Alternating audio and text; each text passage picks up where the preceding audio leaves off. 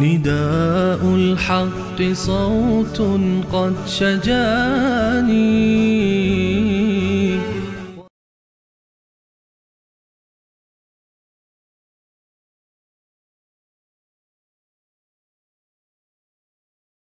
بسم الله الرحمن الرحیم. الحمد لله رب العالمین والصلاة والسلام على سید الانبیاء والمرسلین حبیبنا محمد و علی آله و صحبه اجمعین.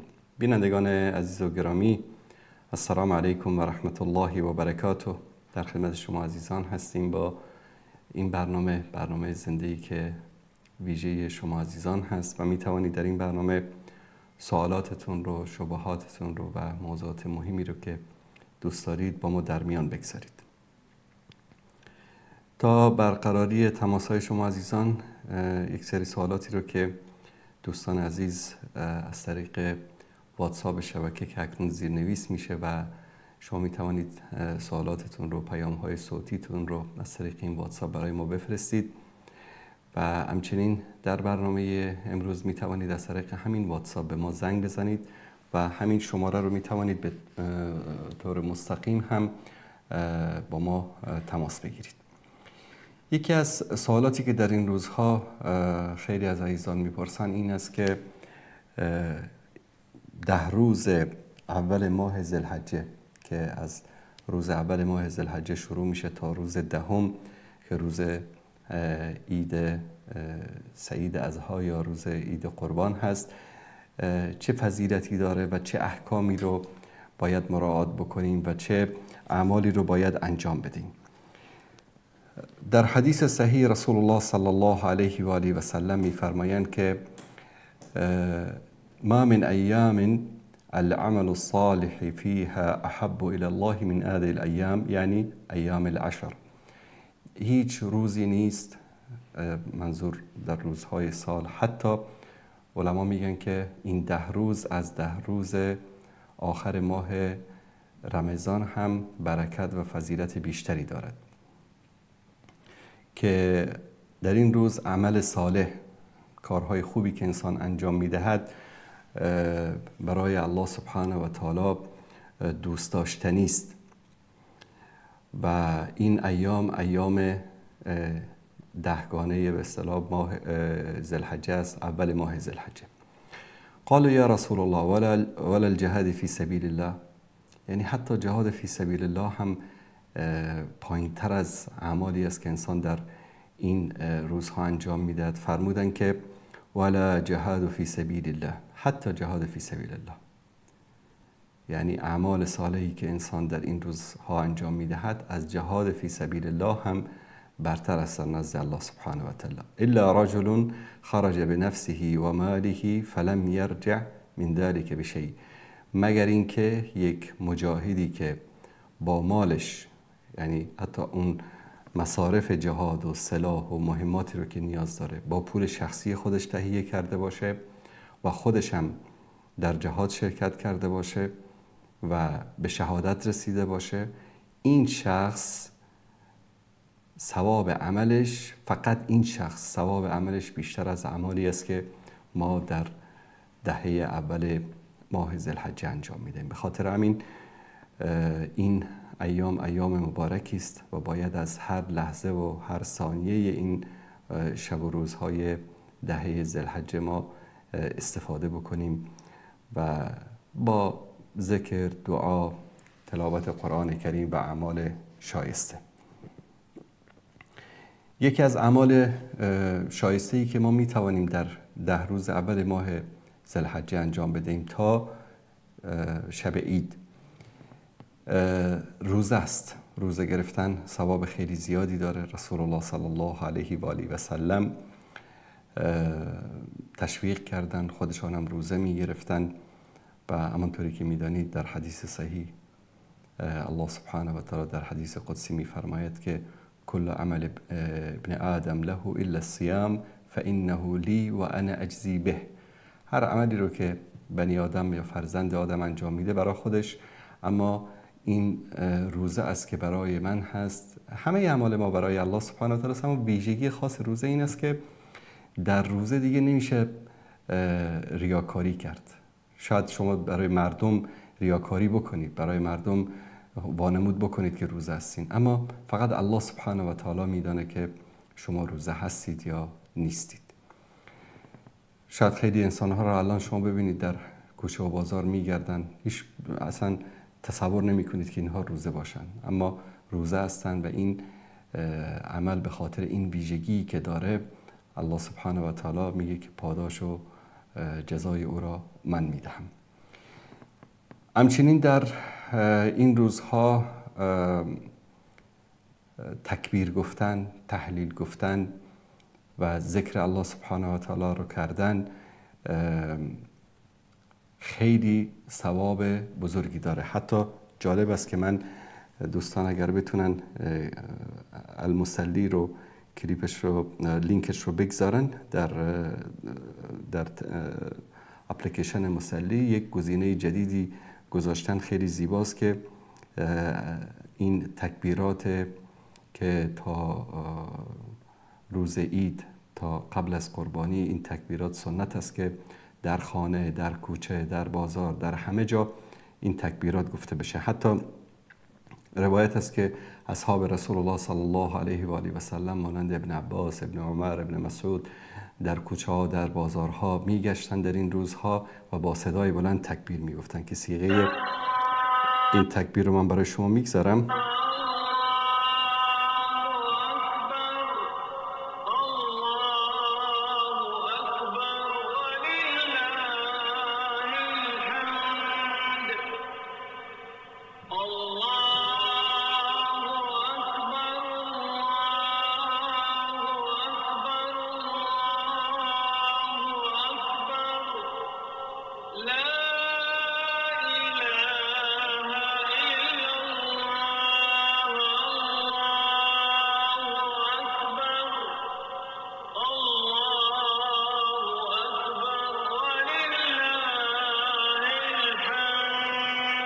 حتی میتونید موبایلتون رو خاموش بکنید، ببندید کلا صفحه موبایلتون رو، اما این صدا همینطور در محل کارتون، در ماشین، در هر جایی که باشید تکرار میشه و شما باهاش تکرار میکنید و این اجر و پاداش فراوانی داره که الله سبحانه و تعالی هم در آیه 28 سوره حج به این موضوع اشاره فرمودن که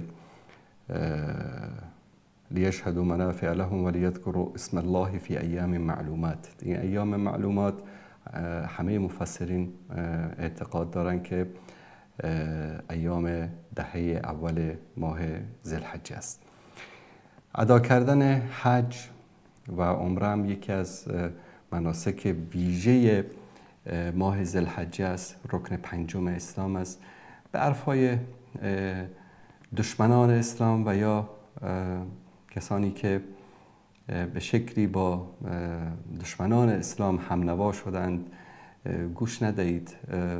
کسی که استطاعتش رو داره باید حج بیت الله را انجام بده و این فرض است و رکنی از ارکان اسلام است. کسی که استطاعتش رو داره و حج انجام نمیده یعنی رکنی از ارکان اسلام رو انجام نداده و این انسان گناهکار است در نزد الله سبحانه و تعالی.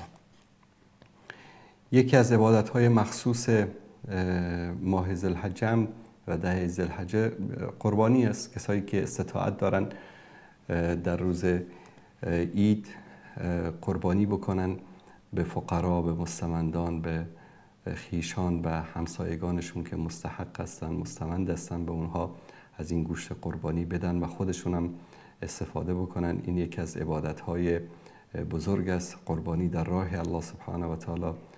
الله متعال امر میکنه فصلی لربک وانحر، نماز بگذار برای پروردگارت و همچنین قربانی بکن.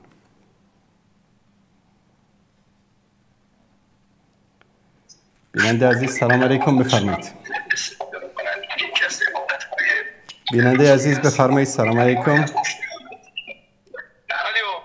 بله بفرمایید. علیکم و رحمت الله. علیکم السلام و رحمت الله و برکاته. روزی زیاد. یک سوالی داشتم. بفرمایید. دار شوی مثلا شور ما جوانو اویله دار هستیم و به غریبی بیاریم. اما تو روسیه، تو اروپا، تو دیگر جا 5 ماه و 6 ماه بعد وقت تا 8 ماه 1 سال بیستیم. یک جا شنیدم که مثلا دیگه اویله دار شوی همسر مثلا از همسر اول جدا، اما میگن در اون جایی که هستیم مثلا اویله دار شوی یک شخصیت چیکار آیا برای همسر اول زمینیش ما گناهگار میشیم اگر ما در اینجا اویله دار شویم اونجا اون تنها مثلا تا این 8 ماه اینجا ما همراه مثلا همسر دوم هم اون در اونجا مثلا انتظاری ما رو میکشه؟ آیا این جایز است یا اینکه نه؟ یا اینکه نه باید برای اسلام باید حتما هر دوشان البته که در یک جا باشن که در همون وطن خود دو همسر یک جا مثل اولی انتظاری بکشن یا اینکه نه اجازه هست مثلا دوی همسر در این غریبی زندگی کرد و اولین در اونجا وقتی که به خونه برمیگردی از غریبی چی است؟ درست. ببینید الله سبحانه و تعالی میفرماید که فانکحوا ما طاب لکم من النساء، شما می توانید با زنها ازدواج کنید. مثنا یعنی 2 تا، یعنی اولی رو گرفتید دومی رو می توانید بگیرید و ثلاث و رباع و سومی و چهارمی. یعنی الله سبحانه و تعالی جایز قرار داده است، مباح قرار داده است که انسان می تواند با 4 زن ازدواج بکند، یک مرد. در ادامه می فرماید که فَإِنْ خِفْتُمْ أَلَّا تَعْدِلُوا فَوَاحِدَةً، اگر ترسیدید که نمی توانید عدالت را در بین آنها برقرار بکنید پس 1 زن بگیرید. متوجه هستید؟ شرط اساسی ازدواج دوم یا سوم چهارم کردن این است که عدالت را مراعات بکنید. مراعات عدالت چی است؟ در مبیت، یعنی در شب یک شب پیش یکی باشید، یک شب پیش دیگری باشید، به این میگن عدالت. متوجه هستید؟ شما مثلا الان برای چی زن دوم گرفتید؟ برای نیاز جنسی خودتان، درست است؟ بله. آیا همسر اول شما نیاز جنسی ندارد؟ البته که دارد. خب وقتی که شما او را مثلا 1 ماه 2 ماه 3 ماه 1 سال 2 سال تنها میگذارید، او نیاز جنسی خودش رو چگونه برطرف بکنه؟ سوال است نه؟ پس همونطوری که شما نیاز جنسی دارید او هم نیاز جنسی دارد. به خاطر همین یکی از مسائل مهم در زندگی زناشویی نیاز جنسی طرفین است. متاسفانه در جوامع ما مردها فکر میکنن که فقط اونها نیاز جنسی دارن و زنهایشان اصلا هیچ، باید صبر بکنن، همینطوری فقط خدمت پدر مادر شوهر رو بکنن و بشینن صبر بکنن. اما الله سبحانه و تعالی و رسول الله صلی الله علیه و سلم، دین، عرف همچین چیزی رو نمیگه. الان چقدر اتفاق افتاده در تاجیکستان، شاید شنیده باشید، در دیگر کشورها کسانی که زنهایشان را در اونجا رها کردن رفتن بعضا دچار گناه و معصیت شدن، دچار زنا شدن، روابط پنهانی با مردان بیگانه برقرار کردن. و یقین بدانید که شوهر این زن در قبال این گناهی که همسرش مرتکب میشه در نزد الله سبحانه و تعالی مسئول است. الله متعال میگه که امساکم بالمعروف او تسریح به احسان، یا مثل آدم بگیرید زندگی بکنید یا که رهایش بکنید. اگر شما میخواهید مثلا با همسر دومتان زندگی بکنید، همسر اولتون رو رها بکنید، شما مجبور نیستید، رهاش بکنید، بگذارید او ازدواج بکند، شوهر دیگر بگیرد. چون هر انسان، چه مرد باشد چه زن، نیاز جنسی دارد. نیاز جنسی یک چیزی مثل گرسنگی است، مثل تشنگی است. تا کی میتواند یک مرد یک زن صبر بکند؟ در روایتی است از امام احمد میفرمایند که یک زن میتواند تا 6 ماه صبر بکند. در روایتی که از عمر رضی الله تعالی عنه است که از دخترشان میپرسند که یک زن چقدر میتواند صبر بکند به دوری همسرش، میفرمایند 4 ماه. به خاطر همین مجاهدینی که به جهاد میرفتند در زمان سیدنا عمر بعد از 4 ماه میگفتن که باید برگرده پیش خانه و زندگیش. به همین دلیل اگر امکاناتش رو دارید او رو طلب بکنید، در یک جا زندگی بکنید، عدالت رو در بینشان مراعات بکنید. و اگر که نمیتوانید زندگی بکنید، دوستش ندارید یا اون نمیخواد که همراه شما زندگی بکند، مسئله رو واضح با او صحبت بکنید و بهش اجازه بدید. بگید اگر که این مشکلات هست، من نمیتوانم مثلا با تو زندگی بکنم، اگر میخوایی طلاقت میدم، بگذارید برود ازدواج بکند. الان این کار الحمدلله که تو ما هرگز نکردیم، اما یک شخصی یک سوالی شد، اون همین گونه گفت که مثلا میشه که اینجا همسر اولادار شوی همین خیر. بعد من همین رو البته اون رو باور نکردم. درست. من بعدا گفتم حتما من میپرسم که واقعا چی است، مثلا چون شما میگید نیازی جنسی داره اون زن. بله. من نمیگم این واقعیت است. همه زنها نیاز جنسی دارن. زنی نیست که نیازی نداشته باشد. بله الان همه میدونم که این گونه است، اما اون این گونه گفت این سخن رو زد. درست. همین واقعا این واقعا درسته یا اینکه نه؟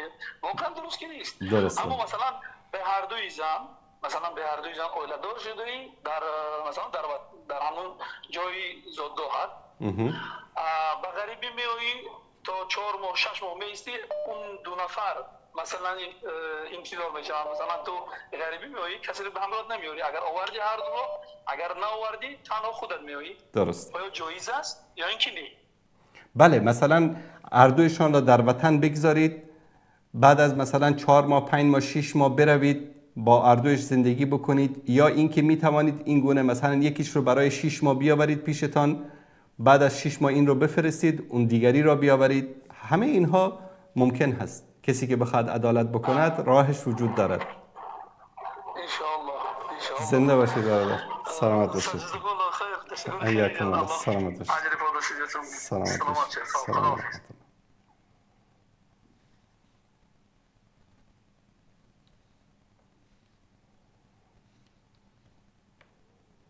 حکمت الله برادر عزیز بفرمایید. علیکم السلام و رحمت الله و برکاته. استاد انصاری خوب هستین؟ سلامت باشید، زنده باشید. استاد انصاری میخوایم چند سوال دارم به خاطر همین پدرجان ما. بفرمایید. پدرجان ما یگان وقت بسیار اوقات تلخ نشه، حتی مردگان یه ذره توهین میکنه بهش این چیزا. حالا نظر اسلام، حالا این وقت قربانی هم نزدیک از خودش توانایی قربانی هم نداره، ما بهش پول فرستادیم گفتیم برو قربانی بخره. حالا امروز تو اصلا دلش یه چیزی کش نمیکنه، حالا قربانی هم که بخره این قبول میشه؟ قربانی بخره قبول میشه؟ چرا قبول نشه؟ چه سببی است که قبول نشود؟ اصلا دلش کش نمیکنه. چندین دفعه گفتیم برو یه چیزی بخر، میگه نه حالا باشه امروز سبا تو اصلا دلش در قربانی نیست. این تو برایتان بگویم.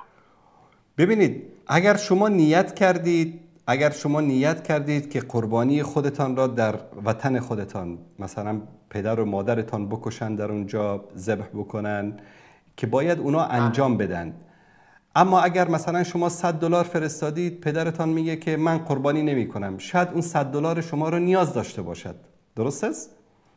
شما $100 دیگر به کسی دیگری بفرستید، برادری، پسر عمویی، قومی، خیشی، کسی که بهش اعتماد دارید، $100 دیگه بفرستید، بگید این رو قربانی بکنه. بعد از اینکه قربانی کرد، ذبح کرد، گوشش رو ببره به خانه پدر و مادرتان بدهد. نه این خودم قربانی نمیکنم، چون میفرستم پول برای پدرم. آسان شد؟ بله، اگر اونطوری است این دیگه به گردن پدرتان هست. دوست داشت میکنه، دوست شما حق ندارید که مجبورش بکنید که حتما تو قربانی بکن.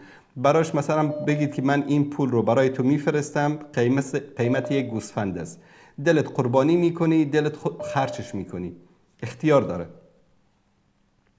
خب باشه، خیلی خوب. هم به خاطر گفتم این وقت خیلی عصبانی چیزا میشه، حتی به این گذشته ها یه ذره توهین میکنه این چیزا. میشه یه راهنمایی برای ما کنید چیکار کنیم؟ باید یه ذره سنش هم بالاست. باشه، چشم. در این موردم صحبت میکنم. تشکر. زنده باشید، سلامت باشید. من جواب شما را از قرآن کریم میدم برادر عزیز و بزرگوار. سوره اسراء آیه 23 است فکر کنم، 23. ببینم همین آیه است یا نه. بله دقیقا همین است. دوستان عزیز اگر نشون بدن، این آیه خیلی جالب است. آیاتی که در مورد نیکی به پدر و مادر است آیات زیادی است. ووصينا الانسان بوالديه احسانا وقضى ربك الا تشرك بالله وبالوالدين احسانا. یعنی آیاتی که در مورد احسان به پدر و مادر، نیکی به پدر و مادر است زیاد است. اما این آیه یک نکته خیلی جالبی داره. دوستان عزیز دقت بکنن. الله متعال میفرماید وقضى ربك الا تعبدوا الا اياه. الله سبحانه و تعالی چنین تقدیر کرده است، چنین مقرر کرده است که نپرستید مگر او تعالی را. و بالوالدین احسانا، و پدر و مادرتان چی کنید؟ نیکی بکنید. اما یبلغن عندك الكبر احدهما او کلاهما.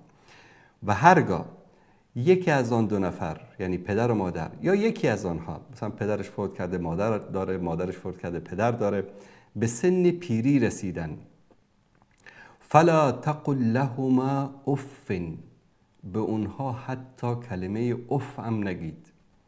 ولا تنحرهما، به سر آنها فریاد نزنید، دل آنها را نشکنید، سرشون داد نزنید. و قل لهما قولا کریما، و به اونها چی بگید؟ با نیکی و بزرگوارانه به اصطلاح سخن بگید. در اینجا چرا اینو ذکر میکنه؟ اما یبلغن عندک الکبر احدهما او کلاهما. انسان که پیر میشه دقیقاً عقلش، شعورش، قوتش، اخلاقش کأنه برمیگرده به دوران کودکی. شما وقتی کودک بودید بهانه میگرفتید. پدر رفته زحمت کشیده براتون یک کفشی خریده، لباسی خریده، نه من اینو نمیخوام. کفش سفید خریده، نه من کفش مثلا سیاه میخوام. پیرن رنگ مثلا سفید خریده، میگه نه من رنگ قهوه‌ای میخوام. بهانه میگرفتید. بیا این غذا رو بخور، نه این خوشم نمیاد نمیخورم. مریض میشدی، بیا دارو تو بخور. دارو مثلا شاید همه کسانی که فرزند دارن تجربه کرده باشن. مشکل ترین زمان برخورد با کودک وقتی است که مریض است. تا سن تقریبا 5 سالگی بیمار که میشه دارو نمیخوره. دارو عموما تلخ است، نمیخوره. با چه وضعیت سختی یک قاشق دارو رو به کودک میده پدر و مادر. شب نصف شب گریه میکنه، بلند میشه، شاید 2 مرتبه، 3 مرتبه، 10 مرتبه. شب تا صبح پدر و مادر به نوبت اون رو اگر تب بکنه، مریض باشه، نمیخوابن، اون رو به اصطلاح نگهش میدارن. دقیقاً پدر و مادر که پیر میشه کأنه الله سبحانه و تعالی همون دوران کودکی که شما داشتید و همون مشکلات و سختیایی رو که پدر و مادر تحمل کرده، الله متعال میگه که تو الان نوبت تو است که تحمل بکنی.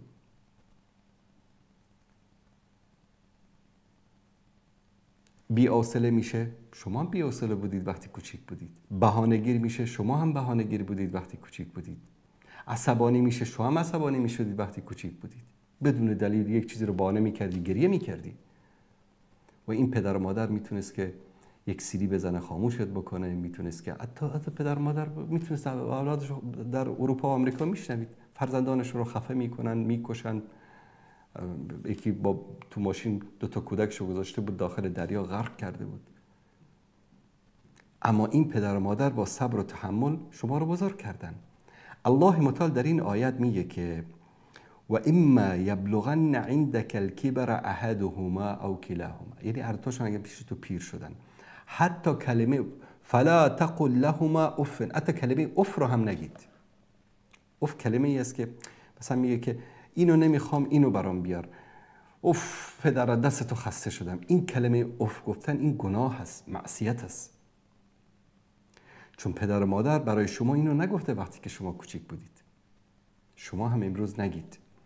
و به شما یاد میده یک چیز دیگر رو در آیه بعدی. واخفض لهما جناح الذل من الرحمه، برای اونها بارهای رحمتت را بگسترن، انبار بکن. یعنی خودتو در مقابلشون رؤوف و رحیم و حتی خوار و ذلیل بگردان، چون که یک روزی تو در دست اونها خوار و ذلیل بودی. باور کنید تا شاید اکثر کودک‌ها تا 1 سالگی، بعضی‌ها هم تا بیشتر، اگر پوشاک تو عوض نمی کردن، از بوی گندت کسی در خونه نمی توانست زندگی بکنه. چه بسیار بودن کودکانی که مثلا پدر و مادر حواسش نبوده، پوشاکش رو عوض نکرده، حتی گرفتن اون مدفوعشون رو به سر و صورتشون مالیدن. نمیدانستی که این کثیف است، این میکروب است، این نجس است، اینو نمیدونستی. همین مادر این رو با دستانش میشست، تو رو تمیز میکرد. خیلی کودک‌ها رو ببینید تا 7-8 سالگی مادرشون میبره حمام میشوردشون برای غسل کردن مثلا، چون نمیتونه انجام بده. همین پدر و مادر بود که تو رو تمیز میکرد. امروز اونها دقیقاً همون وضعیتی رو دارن که تو در 1 سالگی و 2 سالگی و 3 سالگی داشتی. وقل ربی ارحمهما کما ربیانی صغیرا، بگو که پروردگارا به اونها رحم بکن همان طوری که اونها مرا در خردسالی تربیت کردن، بزرگ کردن. الله سبحانه و تعالی میخواهد که به شما گوشزد بکنه که یک روزی تو هم در دست همین پدر و مادر خوار بودی، ذلیل بودی، هیچ حول و قوه‌ای نداشتی. حرف نمیتونستی بزنی. به طرف یک خیلی کودک‌ها به طرف یک چیز اشاره میکنه، گریه میکنه، پسرم دخترم چی میخوای؟ یک چیزی میگه، شما نمیدونید که داره چی میگه. وقتی که پدر و مادرت هم پیر میشه، به همین یک وضعیت گرفتار میشه. گاهی اوقات دلش یک چیزی میخواد، نمیتونه به تو بگه، نمیتونه بیان بکنه. یک نکته رو بگم در اینجا. بعضیا میگن که من به پدر و مادرم احسان میکنم. احسان، کلمه احسان رو ما در مراتب ایمان داریم. احسان که ان تعبد الله كأنك تراه فإن لم تكن تراه فإنه يراك، چنان الله را بپرستی انگار که داری الله را میبینی. اگر اینو تصور نمیتونی بکنی که تو داری الله را میبینی، اینو که باید تصور بکنی که الله تو را دارد میبیند. یک از مراتب ایمان است. در حدیث جبریل که میپرسه که وما الاحسان، احسان چی است؟ در احسان به پدر مادر این نیست که تو فقط یاشید کمک بهش بکنی، ماهانه $100 بفرستی بگی من به پدر مادرم احسان کردم. خانه خوب گرفتی، براشون وسایل زندگی آماده کردی، بگی که من پدر مادرم احسان کردم. رفتی دست و پایشون رو بوسیدی، غسلشون دادی، خونهشون رو تمیز کردی، براشون غذا پختی، همه این کارا رو انجام دادی، همه نیازهاشون رو برطرف کردی، حتی توالت رفتی تمیزشون کردی، حتی به پشتت گرفتی اینها رو حج بردی، همه این اعمال رو انجام دادی. اینا هیچ کدومش احسان به پدر و مادر نیست، اینا وظیفه است. بر میتونیم بگیم، بر الوالدین آره، اما احسان به پدر و مادر چیز دیگری است. احسان این است که تو بفهمی که پدر و مادر چی میخوان، بدون اینکه اون از تو بخوان، بدون اینکه به تو بگن. به طور مثال یک بار احساس کردی که وقتی که در پیش پدر و مادرت موبایل رو دستت گرفتی خوششون نیامد، چهرهشون رو دیدی، چشمی نگاه کردی که خوششون نیامد، بعد از اون نباید در جلوی اونها موبایل رو دستت بگیری. احساس کردی که امروز مثلا از صحبتاشون دلشون میخواد که مثلا امروز براشون گوشت بخری، مثلا میوه بخری. به طور مثال شوی والا داشتم میومدم از کوچه چه میوه هایی آمده در بازار، این دلش رفته، بدون اینکه از تو بخوان که برو برام سیب بگیر، برو برام پرتقال بگیر، برو برام میوه بگیر. تو باید درک بکنی، بفهمی که الان دل پدر و مادر تو میوه میخواد، بری بگیری بدونی که اونا از تو بخوان، بدونی که تو بپرسی. احسان به پدر و مادر این است که تو بفهمی که اونها چی میخوان و بدون اینکه از تو بخوان تو انجام بدی. این مرتبه احسان به پدر و مادر است. شاید کمتر شنیده باشید این رو، اما واقعیت این است. احسان این است. بقیه اعمالی که انجام میدی همش وظیفه است. غذا براشون، مثلا به دهن پدر و مادرت پیر شدن نمیتونن غذا بخوره، دستش میلرزه، نمیتونه غذا بخوره، به دهنش غذا میدی. به یادت بیار که یک روز تو هم به این پدر و مادر به دهنت غذا میداد، نمیتونستی غذا بخوری. اوه، روز اولی که شروع کرده بودی به غذا خوردن چقدر خوشحال شده بودن که فرزندمون غذا میخوره. اگر میبری حمام تمیزشون میکنی، به یادت بیار که یک روزی اونا تو رو تمیز کرده بودن. اگر نمیتونن راه برن، مجبور میشی بغلشون بکنی، ویلچر بیاری، زحمت بکشی، به یادت بیار که یک روز تو رو هم اینا بغل میکردن میبردن بیمارستان، بغل میکردن میبردن بیرون، نمیتونستی راه بری. اینا همش وظیفه است. احسان به پدر و بالوالدین احسانا، احسان به پدر و مادر این است که تو بدونی که اونها از تو بخواهند، بدونی که اونها چه میخواهند و انجام بدی براشون. و اگر احساس میکنی از فلان عمل، فلان حرف بدشون میاد، در جلوی اونها نگی، تکرار نکنی. $100 فرستادی که قربانی بکن، میگه نه، مثلا بهانه در میاره، شاید بهش نیاز داره، شاید اصلا همین پول رو دوست داره.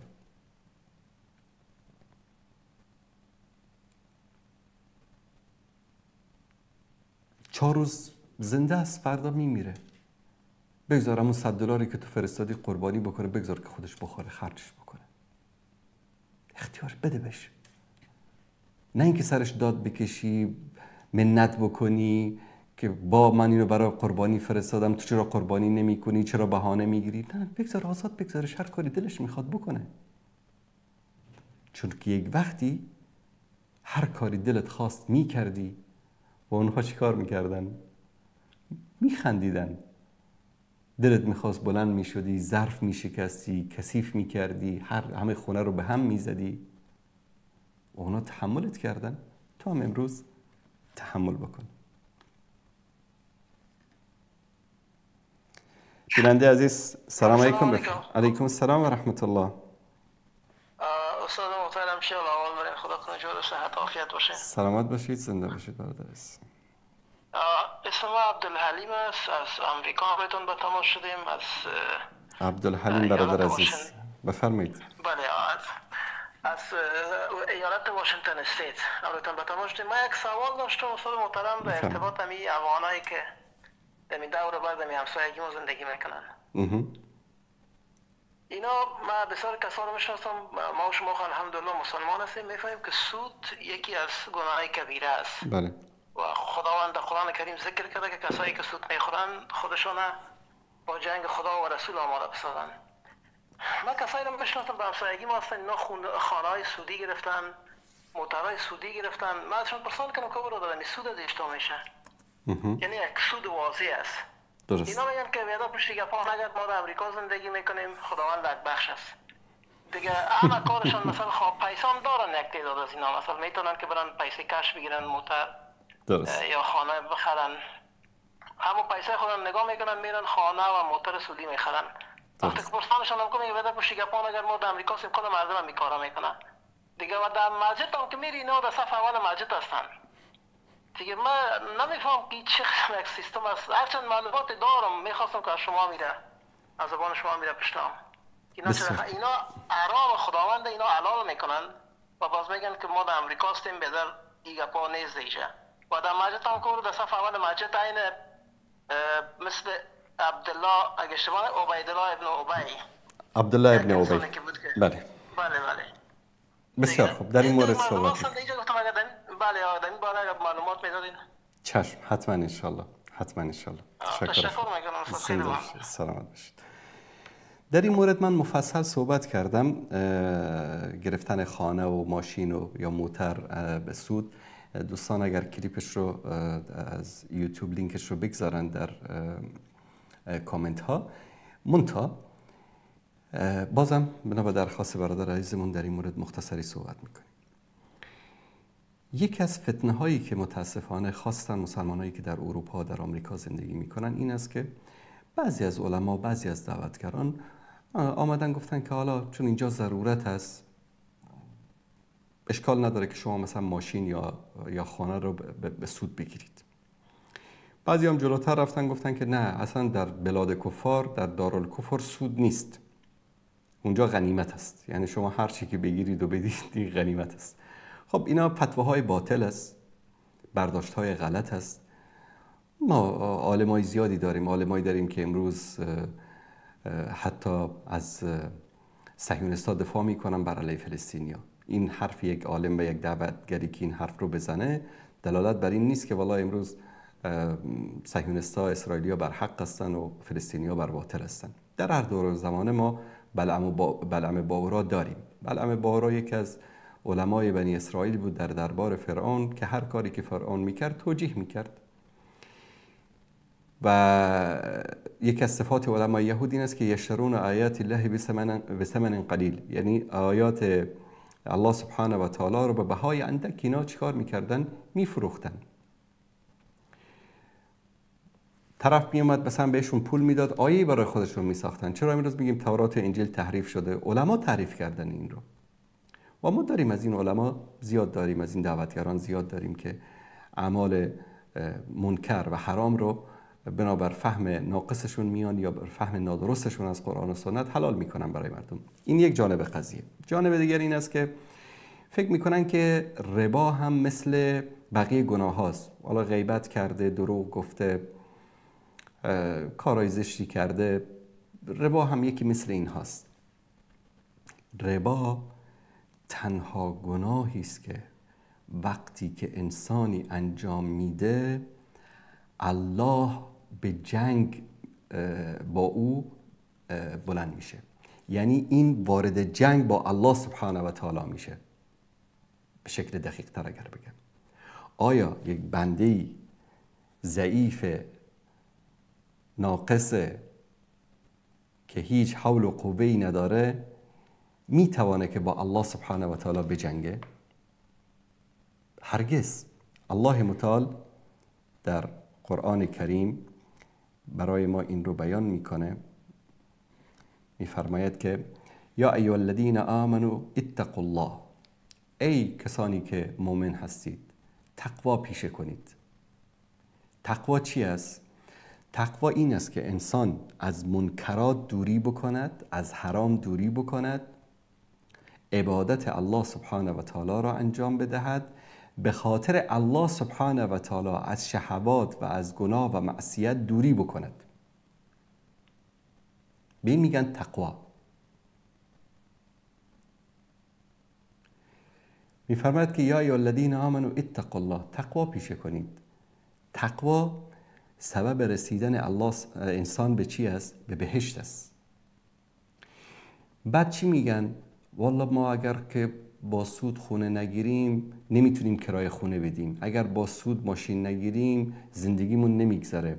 در حالی که الله سبحانه و تعالی در اینجا چی میگه؟ اتقوا الله. و در جای دیگه میگه که و من یتق الله یجعل له مخرجا، کسی که تقوا پیشه کرد الله سبحانه و تعالی راه رو براش باز میکنه. و یرزقه من حیث لا یحتسب، و از جایی به او روزی میده که اصلا تصورش رو هم نکرده. و من یتوکل علی الله فهو حسب، کسی که توکل به الله بکنه، توکل به الله داشته باشه، الله برای او کافی است. میگه تو تقوا پیشه کن، من همه زندگی تو رو روبرا میکنم. و ذروا ما بقی من الربا، بگذارید، ترک بکنید آنچه که از ربا. این آیه وقتی نازل شد که مردم سود میخوردن، ربا میخوردن.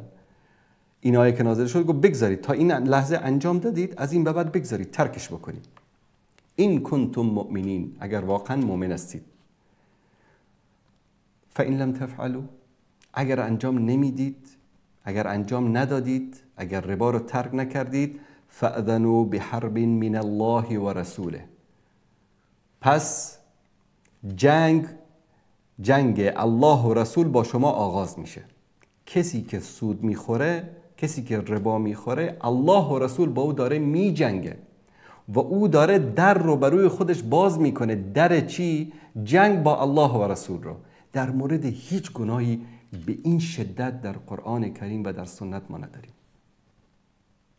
حتی در مورد کشتن انسان، در مورد زنا، در مورد شراب، در مورد هیچ گناهی به این اندازه شدید الله سبحانه و تعالی نگفته. چرا؟ چون سود، ربا جامعه رو تباه میکنه، اقتصاد رو تباه میکنه. امروز شما تصور بکنید در همین آمریکایی که برادرمون از اونجا زنگ زدن، میلیون ها نفر آمریکایی در خیابان ها زندگی میکنه. ترامپ اومد، شاید دیده باشید، به سرچ بکنید. کسانی که در اطراف کاخ سفید، در واشنگتن، در نیویورک، در شهرهای بزرگ، در کالیفرنیا، در لس آنجلس، در شهرهای بزرگ در خیابان ها زندگی میکردن رو جمع کردن، به یک مکان دیگری منتقل دادن. ترامپ خب این مظاهر براش خیلی مهم است، یعنی نمیخواست اینا رو ببینه در کوچه و خیابان. سبب این چی است؟ سبب وجود این همه انسان‌های بی خانمان در یک جامعه‌ای که اقتصاد اول جهان رو میزنه، دم از قدرت اول جهان میزنه. سود، طرف به سود خونه گرفته، نتونسته بده، اومدن خونه‌شو ضبط کردن، در خیابان زندگی میکنه. در اونجا یک بار اگر شما در بلک رفتی، یک سود بانک رو نتونستی بدی، تموم شد، شما رو میندازن در لیست سیاه. بعد از اون نه کسی بهت کار میده، نه کسی بهت قرض میده، مجبوری بری در کوچه زندگی بکنی. سبب چی است؟ ربا، سود.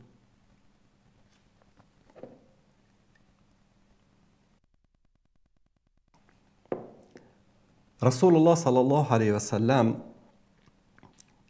7 گناه بزرگ، 7 گناه کشنده که به 7 موبقات معروف است، در حدیث صحیح برای ما بیان میکنن. اولش چی است؟ الشرک بالله، شریک آوردن به الله سبحانه و تعالی.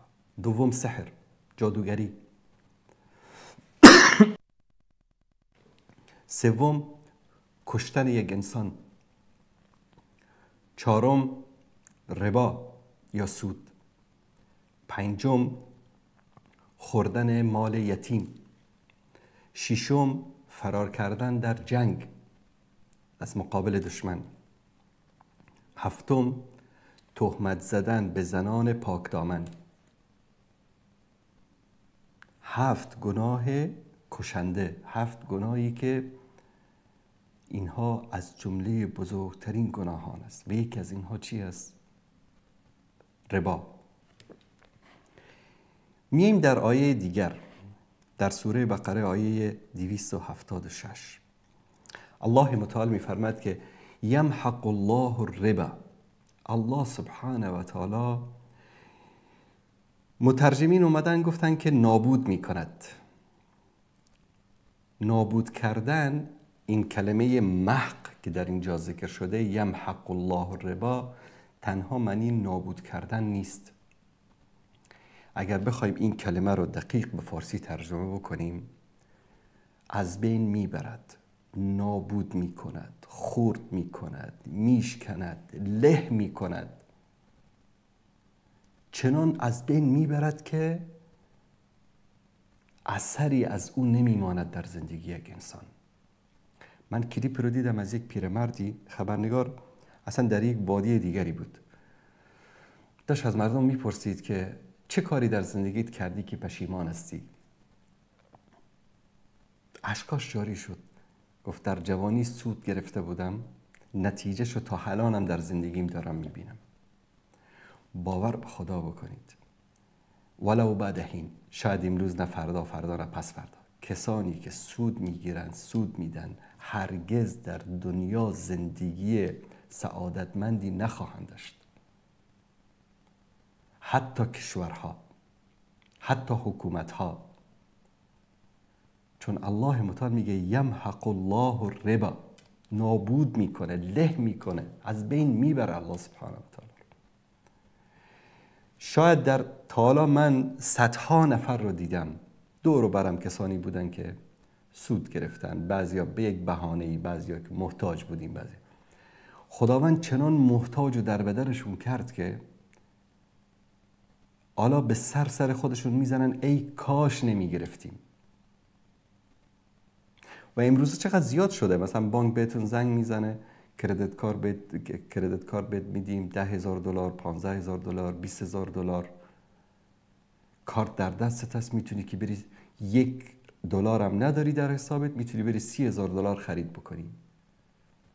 مشکل این است بعد از خرید شروع میشه. 5,000 خرید کردی، 4.5% سود روش میاد، 5% سود میاد، 10% سود میاد، بر حسب بانک ها و کشورها فرق میکنه. ماه اول $2,000-3,000 سود آمد، یه جوری پرداختی. ماه دوم خب زندگی تو داری اینطوری عیار میکنی، ماه دوم $10,000 میگیری خرج میکنی، سودش بیشتر میشه، $4,000-5,000 میشه، ماه دوم 20,000 میشه، همینطوری. یک وقت میبینی که غرق شدی. این است که الله متعال میگه یمحق الله الربا. کسی که خانه ای رو با سود میگیره و در اون خانه نماز این قبول نمیشه، دعایش قبول نمیشه، فرزند صالح براش الله سبحانه و تعالی نصیب نمیکنه، سعادت، خوشحالی، سکون، آرامش از این خانه میره و دلش خوش است که من خانه گرفتم، 10 سال بعد صاحب خانه میشم، 10 سال بعد قسطش تمام میشه. نتیجه این سود رو در فرزندش، در همسرش، در آرامش و سکون، گاهی اوقات شاید همسرش هم باشه، فرزندش هم باشه، همه چیزم رو به راه باشه، اما سعادتمندی نیست. نتیجه سود است. طرف در یک کلبه‌ای در بنگلادش، در افغانستان، در پاکستان، در گوشه دنیا با چنان آرامش خاطر و ایمان داره زندگی میکنه، کیف میکنی. طرف در اروپا، در آمریکا، در قصر زندگی میکنه، آرامش نداره، آخرش هم ببینی که خودکشی کرده. استرس و اضطراب و هزار یک بیماری روحی روانی گرفتار شده. نتیجه چی است؟ مال حرام. بعد چی میگن؟ که دعای ما قبول نمیشود. پیامبر صلی الله علیه و سلم میفرماید که ژولیده دستشو بلند میکنه، ربی ربی میگه، داد میزنه، اما دعاش مستجاب نمیشه. چرا؟ خوراکش حرام، لباسش حرام، مسکنش حرام، گوشت بدنش از حرام. چطور مستجاب بشه دعاش؟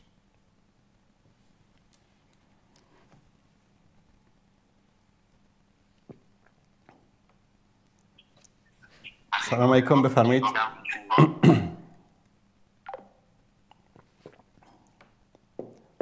دوست عزیز ما پشیمان شد.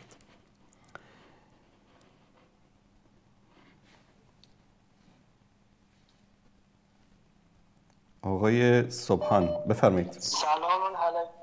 علیکم السلام و رحمت الله. صادق جبار خوب هستن؟ سلامت باشید، زنده باشید، بفرمایید. صادق جبار به زحمت یک دونه سوال از شما داشتم، پیشترم لایفتم نگاه میکردم، برادر عزیز ما صحبت کرد، فکر کنم سوالاشو درست چی نداره. من همین قضیه سر خود مامست، من خواستم که میره دوباره برای شما زنگ بزنم در جریان بفرمایید. که میره اطلاعات درست‌تر برای ما بدن. بفرمایید. جناب استاد دیگه من پدره که من میجا در افغانستان هست، سنش بالاست دیگه، بعضی وقتا خیلی از نگاه عصبانیت یا مثلا بعضی موقع خیلی پیش میاد گذشتگان را، فوت کردگی را دو دشناب میده دیگه. هرچی که ما بهش میگیم که بعد از تو گناه داره فلان، نه از اون بدتر هم میشه. یک موضوع یه خدمتتان عرض کنم، بعدش هم در پدرجان دیگه پول قربانی ما فرستادیم، پول قربانی روان کردیم دیگه، گفتیم میره پدرجان تو بگی قربانی کو به نام الله ذبح کو. بله. دیگه فعلا نمیفهم ناراحت است از ما، از حرف ما ناراحت شده. چی شدن دیگه؟ علاقه‌مندی، دلگرمی به قربانی نداره. پول فعلا در خانه همونطور موجود ماندگی است، برش میگیم به پدر جان قربانی وقتر بخره، اگه درست زیر دست خود نگاه که اگه خوب شد فلان. خب الان من متوجه شدم سوام برادر عزیز. الان شما پول فرستادید، قربانی از شما نیست، یعنی شما نیت قربانی ندارید، درست است؟ خب خیلی سند ما کوچک است دیگه، ما نیت قربانی نداریم. اوکی ببینید، من بیان میکنم برای شما. ببینید احکام قربانی را اولا اینو برای شما بیان بکنم. شما میتوانید که از طرف پدرتون، مادرتون، خودتون و خانوادهتون یک گوسفند قربانی بکنید. رسول الله صلی الله علیه و سلم از طرف خودشون و همسرانشون یک گوسفند قربانی کردن. یعنی برای یک خانواده یک گوسفند قربانی کردن کافی است. بعضی چیکار میکنن؟ یک گوسفند برای پدر، یک گوسفند برای مادر، یک گوسفند برای همسر، یک گوسفند برای خودش، 4 تا گوسفند قربانی میکنن. اگر داری 4 تا قربانی میکنی اوکی، مشکلی نیست. اما اگر ندارید، یک گوسفندی رو شما در هر گوشه دنیا قربانی کردی، ثوابش برای پدرت، مادرت، خودت، خانمت، فرزندانت رسید. اوکی، این یک جانب قضیه. شما الان $100 فرستادی برای پدرت که پدر جان قربانی بکن. نمیخواد قربانی بکنه، خلاص نکنه، هیچ مشکلی ندارید. مادامی که شما نیت قربانی ندارید، مادامی که شما نیت نکردید برای قربانی و این $100 رو فرستادید و پدرت نمیخواد قربانی بکنه، شما مجبورش نکنید، بگذارید بذار تو خونه باشه. وانگهی این یک جانب قضیه. فرستادید نمیخواد قربانی بکنه، نکنه، مجبورش نکنید. نکته دوم این است که وقتی که میدونید پدرتون اینطوری یک آدمی است، به جای اینکه وارد درگیری با پدر بشید، این پول رو بفرستید برای پسر عمو، پسر خاله، پسر عمه، دوستی، رفیقی در شهرتون، حتما دارید دوست و رفیقی در اونجا، بفرستید احمد جان، محمود جان، فلان جان، من $100 برات میفرستم، یک گوسفند بگیر از طرف من قربانی بکن. وقت قربانی کردن یک ویدیو هم بگیر برام بفرستاد که خاطرتون جمع بشه. گوشش هم نصفشو ببر به در خانه پدر و مادرم بده، بقیه‌اش هم برای فقرا تقسیم بکن. و سلام. دقیقاً استاد جان، ما گفتم گرفتم موضوع همی است که فعلا پدر سر ما حیات از زنده است دیگه. پدر که دلگرمی و علاقمندی به قربانی نداره، ما میتوانیم که امیر به اسم مادر اجازه بدیم که بگویم خیر پدر حیات از زنده است، به سر زنده است، تو امیر به نام خود بگو پدر دلگرمی به این نداره، خود امیر به اسم خود ضرب. بله. وقتی که مادرتون قربانی بکنه، ثوابشو هم پدرتان میبره هم مادرتان میبره. شما حق ندارید که رو مجبور بکنید، یعنی حق ندارید پدرتان را مجبور بکنید که پدر حتما تو قربانی بکن، دلش خواست بکنه دلش خواست نکنه. قربانی سنت است، واجب که نیست، فرض نیست. دقیقاً تو خود نیست که مثلا به اسم شخص باید شوی، خود نیست مثلا پدر. نه، برای خانواده. ببینید، برای خانواده به مجرد اینکه شما نیت کردید که از طرف خانواده خودم یک دانه گوسفند قربانی میکنم، لازم نیست که اونجا بگید که مثلا وقتی ذبح کردم بگید از طرف پدرم، مادرم، همسرم، فرزندانم، خودم. و نه، این چیزا نیاز نیست. نیت، همه چیز، عمل انسان به نیت انسان تعلق داره. مادرتون رو $100 برای مادرتون بفرستید، مثلا مادرتون قربانی بکنن، ثوابش به پدرتون هم میرسه، به مادرتون، به شما هم میرسه. هیچ وقت مجبورش نکنید. هیچ وقت مثلا ببینید الان پدرتون مثلا سنش شاید 60 باشه یا 70 باشه، درست؟ شما خودتان به عنوان یک جوان الان آیا حوصله 5 سال قبل خودت رو داری؟ نه استاد. بسیار خوب.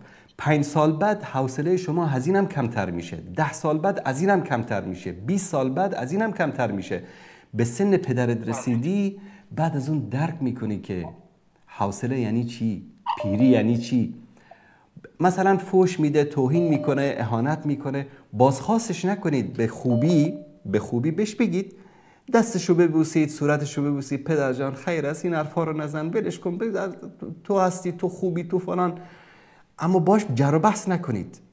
بعضی از علما، برادر عزیز، من یک نکته رو به شما بگم، بعضی از علما میگن که اگر پدرت گفت که شیر سیاه هست و تو به پدرت بگی نه پدر تو داری اشتباه میکنی، شیر سفید است، این جزء عقوق والدین است، یعنی گناهکار میشی. بحث نکن باش، بگذار بگی که شیر سیاه هست. حالا پدرت گفت شیر سیاه هست، شیر که سیاه نمیشه، نه؟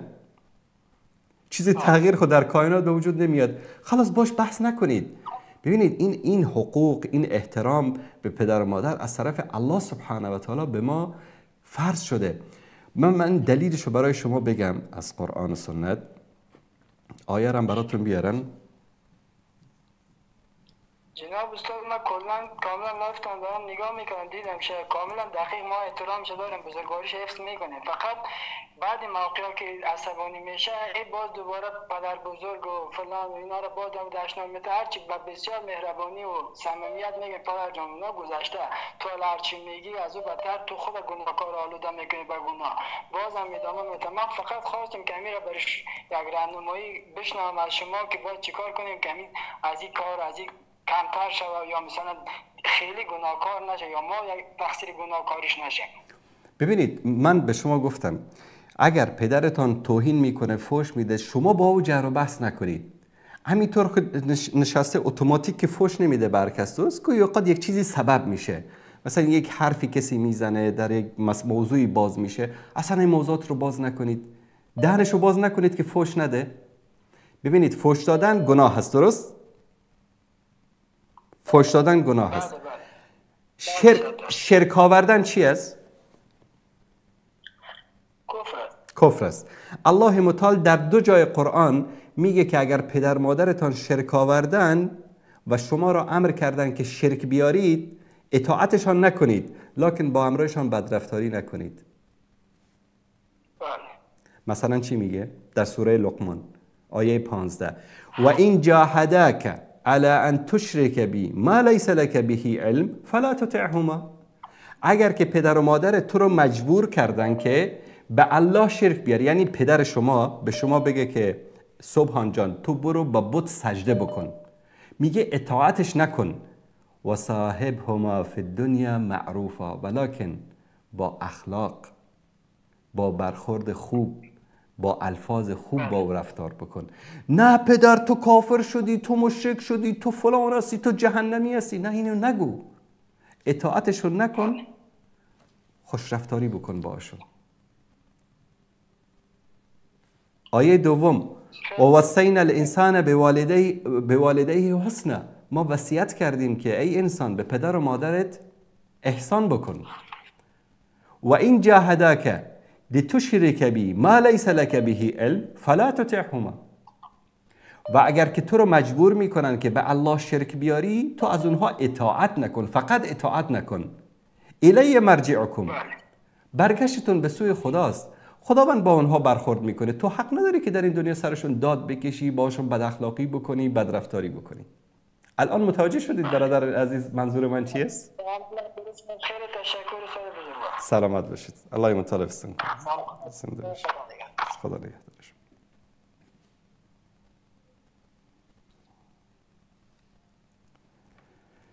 بیننده عزیز سلام علیکم، بفرمایید. و علیکم السلام و رحمت الله و برکاته. علیکم السلام و رحمت الله.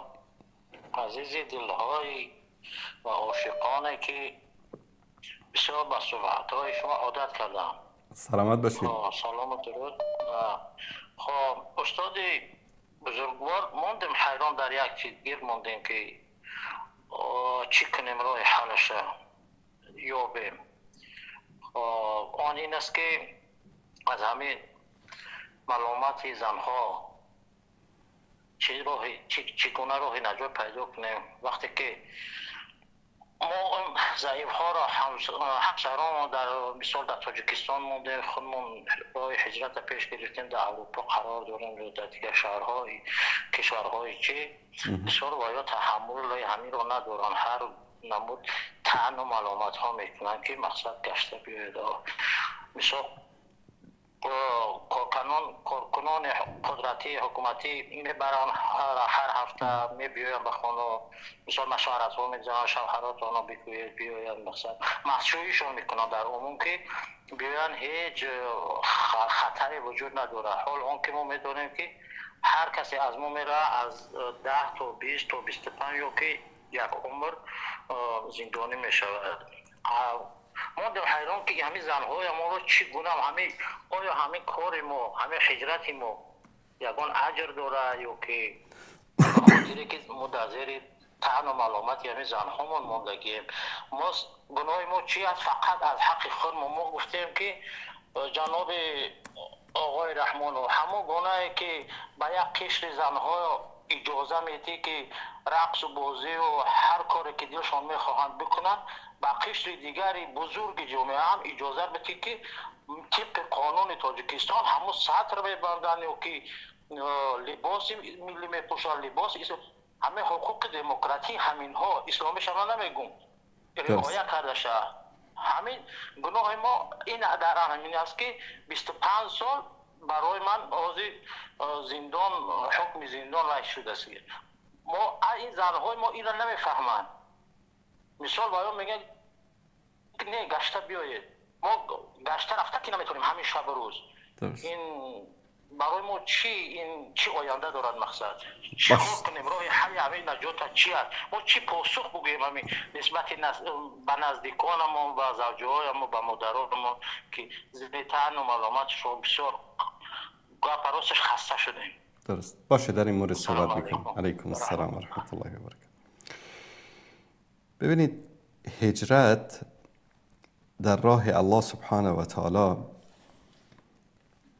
عملی است که الله متعال در قرآن کریم مشروع قرار داده است و کسی که در مقابل طاغوت، در مقابل طغیان هجرت نمیکنه به خاطر دینش، به خاطر اسلام، به خاطر قرآن و سنت، این انسان گناهکار میشه. هدف از هجرت این نیست که ما بریم از کشورمون خارج بشیم، بریم در یک کشور دیگر در ناز و نعمت زندگی بکنیم، صبح تا شام هم و غم ما این باشد که چقدر پول به دست بیاریم، کیفمون رو بکنیم، زندگیمون رو بکنیم، پاسپورت یک کشور رو بگیریم و سلام وطنمون رو فراموش بکنیم. وطن به معنی همون زادگاهی که ما از اونجا هجرت کردیم. هدف از هجرت آمادگی گرفتن برای جهاد است. رسول الله صلی الله علیه و آله و سلم وقتی هجرت کردن از مکه مکرمه، بعد از 10 سال فاتحانه وارد مکه شدن، مکه رو فتح کردن. این نبود که برن در مدینه اونجا بشینن مکه رو فراموش بکنن. هدف از هجرت آمادگی برای جهاد است. هدف از هجرت، ببینید در اولین حدیثی که در 40 نووی 40 حدیث معروف است در تاجیکستان، در افغانستان، شما باز کنید اولین حدیثش چی است؟ انما الاعمال بالنیات و انما لكل امرئ ما نوى فمن كانت هجرته الى الله ورسوله فهجرته الى الله ورسوله فمن كانت هجرته لدنيا يصيبها او امرأة ينكحها فهجرته الى ما هاجر اليه. این حدیثی است که در ریاض الصالحین، در 40 نووی، در 40 حدیث، در همه جا اولین حدیث ذکر میشه. در اکثر کتاب‌های حدیث ببینید اولین حدیث ذکر میشه. میگه که هر عمل انسان به نیت انسان تعلق دارد. اصلا شأن این سخن رسول الله صلی الله علیه و سلم چی بود؟ یک صحابی بود، آمده بود مدینه، هجرت کرده بود. صحابه این رو تمسخر میکردن، میگفتن که مهاجر ام قیس، چون یک زنی بود به نام ام قیس مهاجر شده بود، اینم بعد از اون مهاجر شد به مدینه. این مرد اون زن رو دوست داشت، میخواست باش ازدواج بکنه. مردم چی فکر میکردن؟ میگفتن که این به خاطر خدا و رسول هجرت نکرده، این به خاطر اون زن هجرت کرده که با اون ازدواج بکنه. به خاطر همین میگفتن مهاجر ام قیس. الله متعال با وحی، چون حدیث پیامبر صلی الله علیه و سلم وحی است، و ما ینطق عن الهوى ان هو الا وحی یوحى. رسول الله صلی الله علیه و سلم به خاطر که این فکر مردم رو اصلاح بکنن، بگن این نیت است. نیت رو شما خبر ندارید، نیت در درون انسان است. میگه کسی که فمن هاجر الی الله و رسوله فهجرته الی ما هاجر الیه، کسی که به خاطر الله و رسول هجرت کرده باشه، نیتش الله و رسول باشه، ثواب هجرتش رو میبره. کسی که به خاطر زنی هجرت کرده باشه، کسی که به خاطر دنیا هجرت کرده باشه، پس هجرت او هم به طرف همون چیزی است که به خاطرش هجرت کرده. یعنی چی؟ یعنی روز قیامت نگویه که من مهاجر بودم، از الله متعال ثواب طلب نکنه. ثوابت در دنیا گرفتی، به خاطر پول رفتی اروپا، پول به دست آوردی. به خاطر زن رفتی اروپا، زن گرفتی. به خاطر پاسپورت رفتی اروپا، پاسپورت هم گرفتی. اما به خاطر الله و رسول اگر هجرت کردی، باید تابع الله و رسول باشی. هجرت به معنی این است که انسان مهاجر میشه به کشوری که با سخن، با حرف، با نوشتن، با سلاح، با هر چیزی که میتوانه بر علیه ظلم و بر علیه طاغوت مبارزه بکنه. این نه که اونجا بشین زندگی خودتو بگذارم، پاسپورتم بگیر، کیفتم بکن، بگو به جهنم هرچی که در تاجیکستان اتفاق میفته. نه خیر. و ما مشکل دیگر ما این است که خانواده های ما، پدران ما، مادران ما، فرزندان ما باید این رو درک بکنن. من وقتی که ازدواج می کردم به خانمم گفتم اگر برای کشته شدن، برای زندان شدن و برای هجرت آماده ای، بعد ازدواج میکنم. اگر این 3 شرط رو دارم، اگر آماده ای برای این 3 شرط. نه اگر به فکر دنیا هستی، به فکر پول هستی، به فکر منصب هستی، به فکر اینا همه، شاید یک روزی شاید من از خونه خارج شدم دیگه بر نگشتم. وقتی انسان در راه دعوت، در راه جهاد قدم برمی‌داره، مرگ است در اونجا، زندان است در اونجا، هجرت است در اونجا. ما مشکل ما این است که خانواده هایمان رو درست تربیت نکردیم. خنسا یکی از زنان صحابه بود که در روز احد پدرش، برادرش، فرزندش و همسرش رو از دست داد. وقتی که آوردن گفتن این شهید شد، گفت الحمدلله. گفت این شهید شد، گفت الحمدلله. امروز میبینید نمونهش رو در فلسطین. یک مادری رو میبینید که همه فرزندانش رو از دست داده. ما خانواده هامون و خانواده های مومن تربیت نکردیم که معنی جهاد، معنی هجرت و معنی خارج شدن اکسان فی سبیل الله، صبر، تحمل، اینا رو درک بکنن. مشکل در تربیت خود ماست. ما گاهی اوقات فکر میکنیم که خلاص من میرم اونجا یک سازمانی تشکیل میدم، فردا میرم کودتا میکنم، حکومت رو ساقط میکنم، دنیا گل و گلستان میشه. نه اینطوری نمیشه. رسول الله صلی الله علیه و سلم 23 سال زحمت کشیدن، یک نسلی رو تربیت کردن. او که 1 ساله بود وقت وفات رسول الله صلی الله علیه و سلم 23 ساله شده بود. اسامه بن زید در 19 سالگی فرمانده بزرگترین لشکری که برای جنگ با بزرگترین ابرقدرت جهان در اون موقع روم آماده شده بود. اسامه 4 سال بعد از بعثت رسول الله 4 سال بعد از بعثت به دنیا آمده. یعنی پیامبر صلی الله علیه و سلم به پیامبری مبعوث شده بودن، 4 سال 4 سال گذشته بود که اسامه به دنیا آمد. اسامه بن زید در زمانی که رسول الله فوت کردن 19 ساله بود، فرمانده بزرگترین لشکر اسلامی که برای جنگ با روم آماده شده بود. پیامبر یک نسلی رو تربیت کردن در 23 سال که آماده برای قربانی بود، آماده برای فداکاری بود، آماده برای جهاد بود. ما امروز اگر مادرانمان، پدرانمان، همسرانمان، فرزندانمان آمادگی برای قربانی در راه الله رو نداشته باشن، ما نمیتوانیم حکومت اسلامی تأسیس بکنیم. ما نمیتوانیم هجرت و جهاد بکنیم. در هجرت، در جهاد کسی شیرینی و گل تقسیم نمیکنه برای اونجا. زحمت است، مشقت است، سختی است، فقر است، گرسنگی است، کشته شدن است، زندان رفتن است. و اینا باید درک بکنن.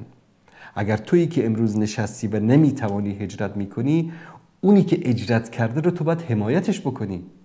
از خانوادهش، از فرزندانش، از همسرش، از اینا باید سرپرستی بکنه. چون کسی که استطاعتش رو داشته باشه و هجرت نکنه، میدونید با کفار و با منافقین محشور میشه. الله سبحانه و تعالی در سوره نساء آیه 97 میفرماید: ان الذين توفاهم الملائکه ظالمی انفسهم. کسانی که ملائکه جان اینها رو گرفتن در حالی که اینا به نفسشان ظلم کرده بودن. ظلم، ان الشرک لظلم عظیم، در سوره لقمان میگه شرک بزرگترین ظلم است. اینها مرتکب بزرگترین ظلم به نفسشان شده بودن. ملائکه وقتی که این آلت عذاب اینها رو میبینن، این سختی اینها رو میبینن، تعجب میکنن. به اینا میگن قالوا فیما کنتم؟ شما کجا بودید؟ شما چی کاره بودید؟ چی کار کردید که به این عذاب گرفتار شدید؟ چی میگن؟ قالوا كنا مستضعفین فی الارض.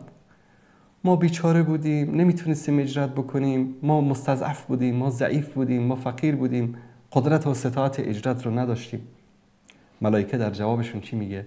قالوا الم تکن ارض الله واسعه فتهاجروا فیها. آیا سرزمین خدا بزرگ نبود که شما هجرت بکنید؟ حتما لازم است که هلند هجرت بکنی، آمریکا هجرت بکنی، بریتانیا هجرت بکنی، آلمان هجرت بکنی. سرزمین خدا بزرگ است، به یک جای دیگه هجرت میکردی. فاولئک مأواهم جهنم وساءت مصیرا. اینها جایگاهشان جهنم است و چه بد مسیر و جایگاهی هست برایشان. کسی که در زیر حکومت ظلم و طاغوت زندگی میکنه و قدرت هجرت رو داره و هجرت نمیکنه. الا المستضعفین من الرجال والنساء والولدان لا یستطیعون حیلة ولا یهتدون سبیلا. مگر پیرمردهایی، پیرزنهایی یا کودکانی که دیگه راه رو نمیتونن پیدا بکنن، حول و قوه‌ای ندارن، قدرت و استطاعت ندارن، فاولئک عسى الله ان یعفو عنهم، اینها باشد که الله سبحانه و تعالی شاید گناهان اینها رو ببخشد و از اینها بگذرد از سر تقصیرشان. و کان الله عفوا غفورا، و الله سبحانه و تعالی توبه پذیر، عفو کننده است. هجرت واجب است برای مسلمان. این کسی که امروز علم داره، عالم است، دعوتگر است، ساکت رفته در خانه نشسته در تاجیکستان، صداشو بلند نمیکنه، بگی که خب حکا جان چرا دعوت نمیکنی، چرا تبلیغ نمیکنی؟ میگه والا امنیت اجازه نمیداد، حکومت اجازه نمیداد که ما تبلیغ بکنیم. اینها منظور امین آیه هستن. اینا کیا هستن؟ فاولئک مأواهم جهنم و ساءت مصیرا، جایگاهشان جهنم است و چه مسیر بد و چه عاقبت بدی در انتظار اینهاست. ملائکه وقتی اینها رو با این عذاب میکشن تعجب میکنن، اینا آدم کشتن، اینا دزدی کردن، اینا چه گناهی کردن که این گونه عذاب میشن؟ از اونا میپرسن قالوا فیما کنتم، شما چه بلا زده شما را؟ قالوا كنا مستضعفین فی الارض، ما مثل غریب بودیم، بدبخت بودیم، مستضعف بودیم. چی میگه؟ الم تک ارض الله واسعه، آیا زرزمین خداوند بزرگ نبود، واسع؟ میبینید هجرت میکردی یک جایی. امروز تو رو نمیتونی سخن حق رو بگی، دعوتگر هستی، عالم هستی، نشستی، نمیتونی سخن حق رو بگی. چرا؟ والا حکومت نمیگذاره. مسئولیت تمام شد؟ نه. فردا از موی سر چنان میکشن به طرف آتش جهنم که کیف بکنی. هجرت بکن. تو این وظیفت است، این زبانی، این علمی که الله به تو داده، در هر گوشه دنیا هستی وظیفت رو انجام بده.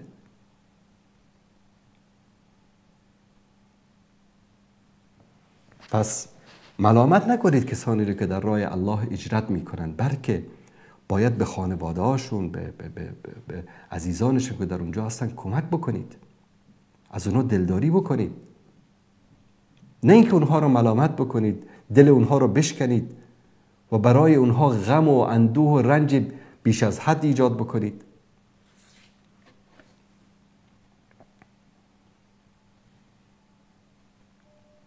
سلام علیکم، بفرمایید. بله استاد محترم. بله بفرمایید. سلام علیکم استاد محترم. علیکم السلام و رحمت الله و برکاته.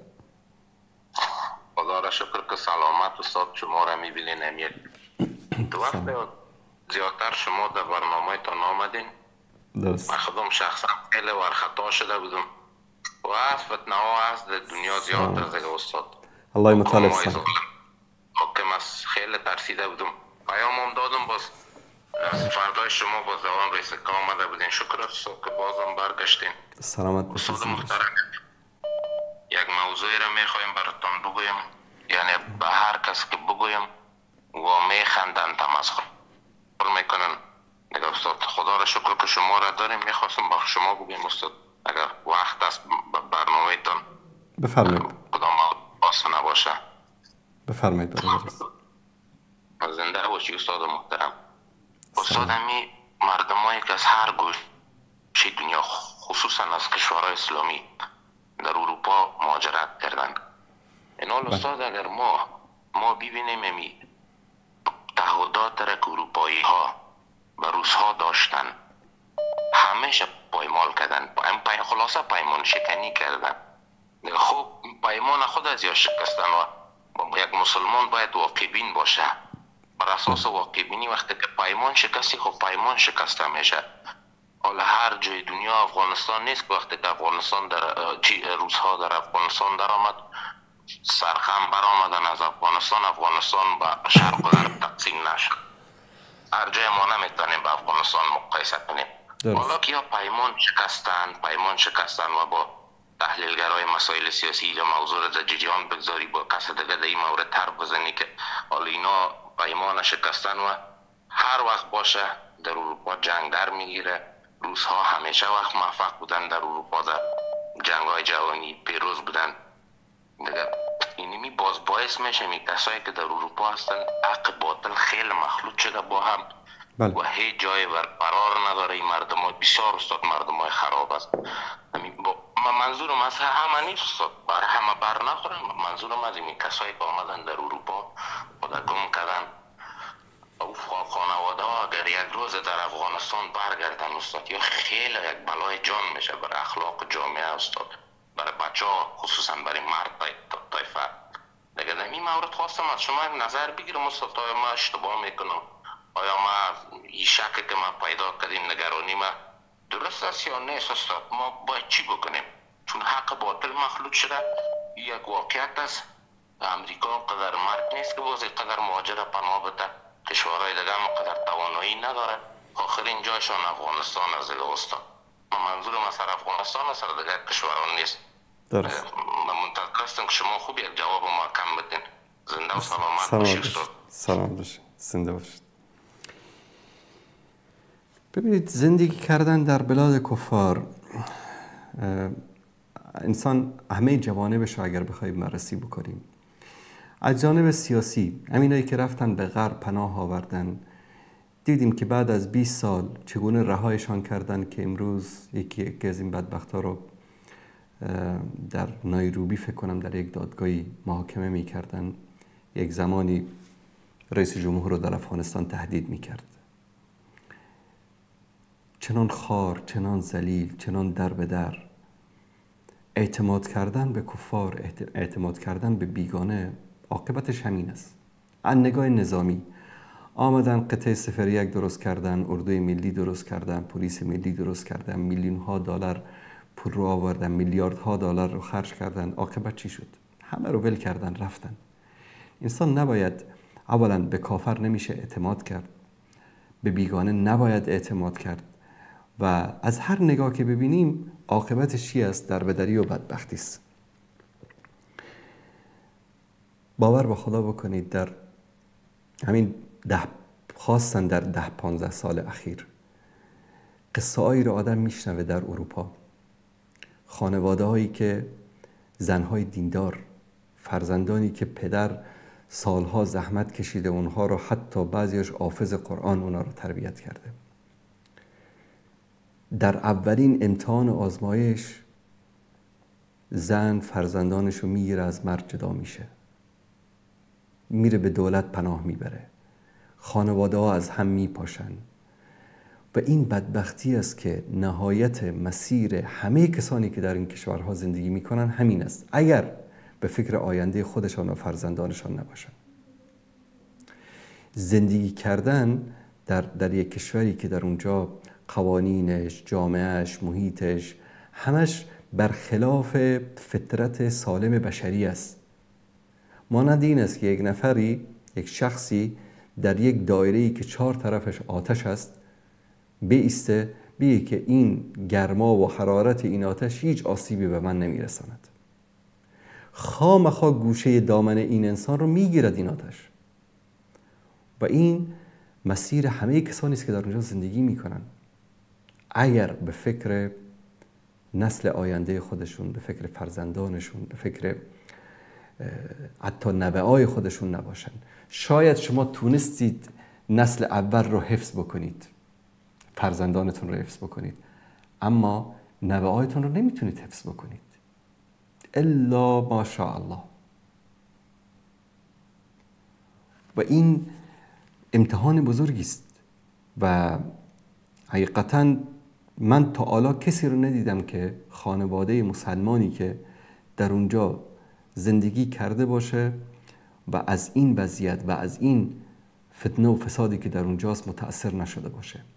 خامخا دامنگیر فرزندی یکی از اعضای خانواده میشه. به خاطر همین من سر حلال و حرام بودن صحبت نمی کنم. موقف خودم قبلا هم گفتم که انسان میتونه مثلا در بلاد کفار به خاطر مجبوریتی، به خاطر مشکلاتی که در کشور خودش داره زندگی بکنه به شکل موقت. هر موقعی که این عذرش برطرف بشه باید برگرده و تشویق نمی کنیم زندگی کردن در اونجا رو و کسی که میخواد در اونجا بره زندگی بکنه حداقل نیتش رو دعوت به سوی الله سبحانه و تعالی قرار بده، هم خودش رو هم خانوادهش رو سعی بکنه که فرهنگ دینی رو، ثقافت دینی رو حفظ بکنن. منتها مشکل است، یعنی زندگی کردن و حفظ کردن خودش و خانوادهش در اونجا واقعا یکی از مشکلاتی است که امروز کم کم نتیجهش رو نسل‌های بعدی دارن میبینن و امروز من ندیدم کسی رو که در اونجا زندگی بکنه الا که پشیمان است از این که چرا رفته، خاصا کسایی که در بعضی از کشورهای اروپایی، خاصا بس مثل آلمان مثلا. الله سبحانه و تعالی همه ما رو نجات بده از این مشکلات. بیننده عزیز سلام علیکم، بفرمایید.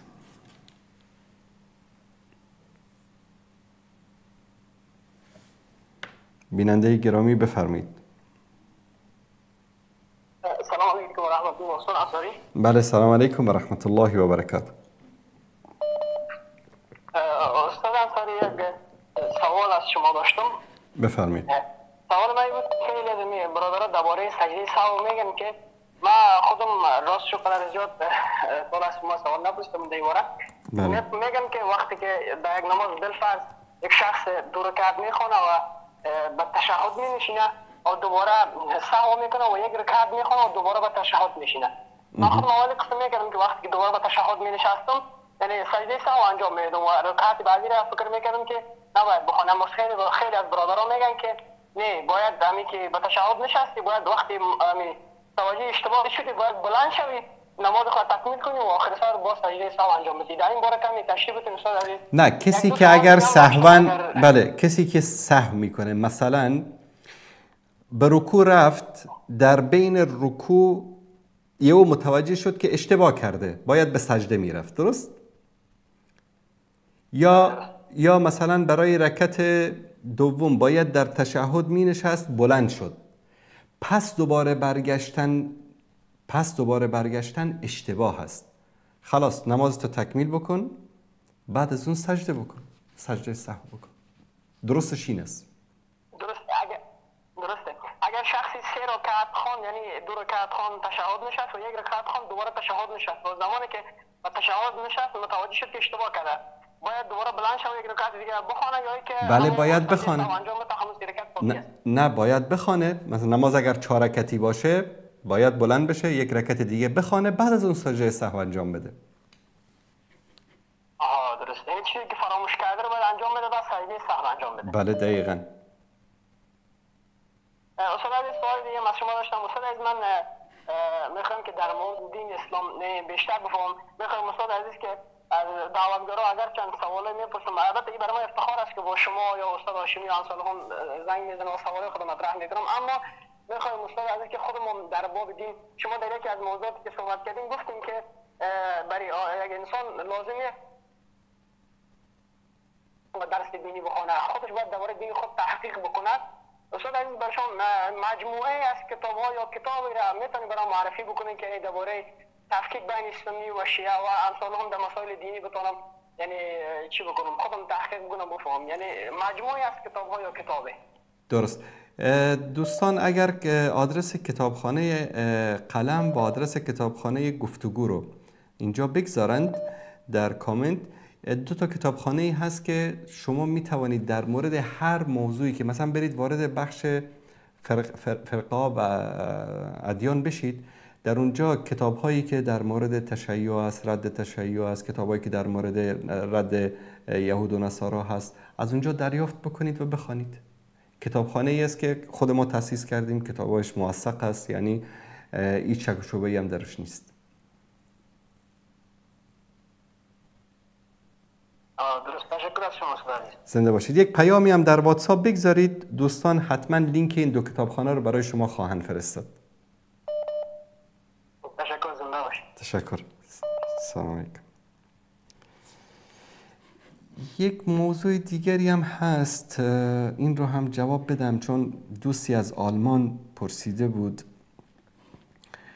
که یکی از دقیقتش این هم یکی از مشکلاتی است که خانواده ها خاصا اشخاص دیندار در اروپا و آمریکا گرفتارش هستند، نمیدانن اکثرا که موقف دین و شریعت در این مورد چی است.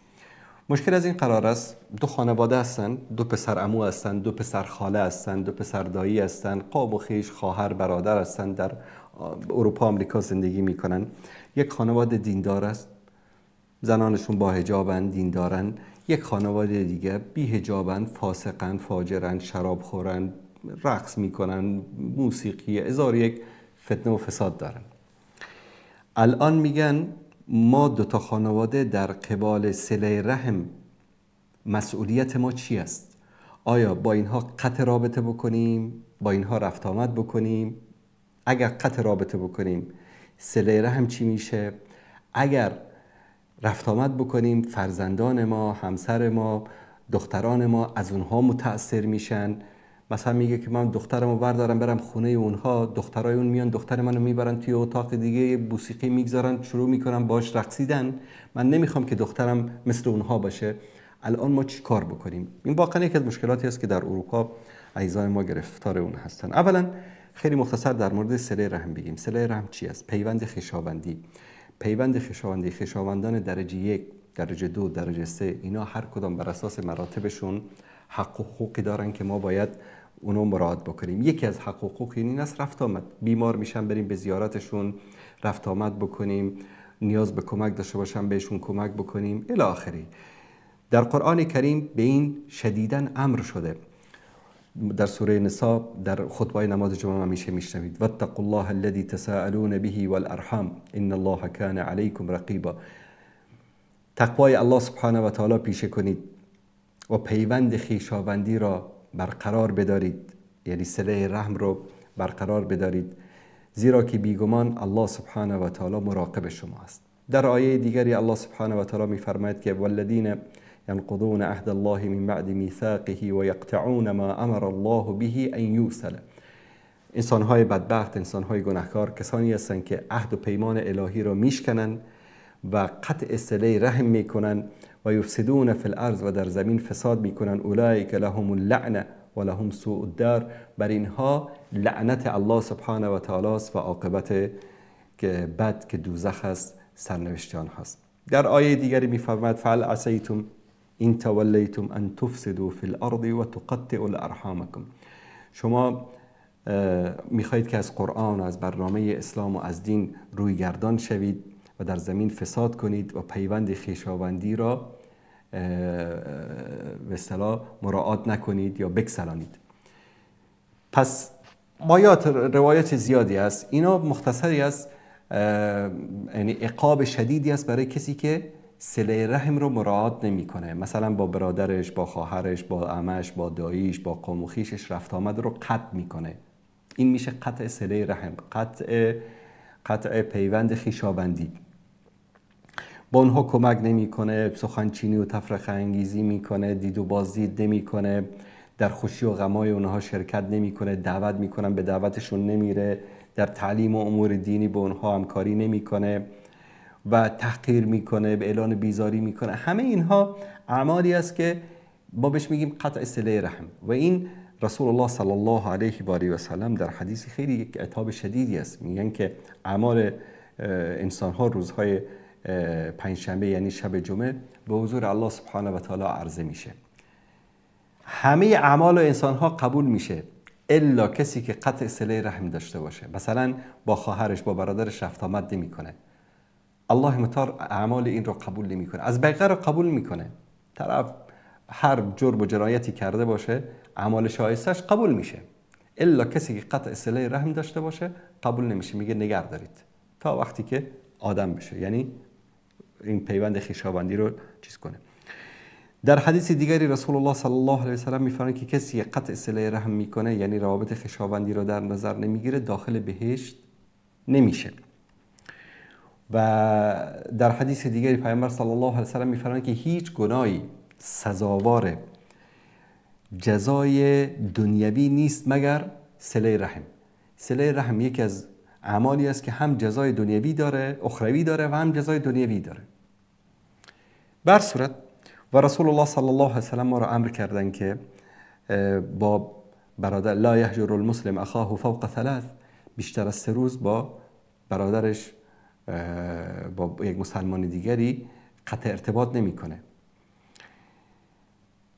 الان اینا ما باید میگن که چیکار بکنیم؟ موندیم. قطع صله رحم بکنیم، این عقوبتش است. نکنیم، گرفتار صفات بدی که اونها دارن، زنم خانوادم از اونها متأثر میشن. پس وظیفه ما چی است؟ ببینید دوستان عزیز، ما در اصطلاح دین یکی صله رحم داریم، یکی حجر داریم.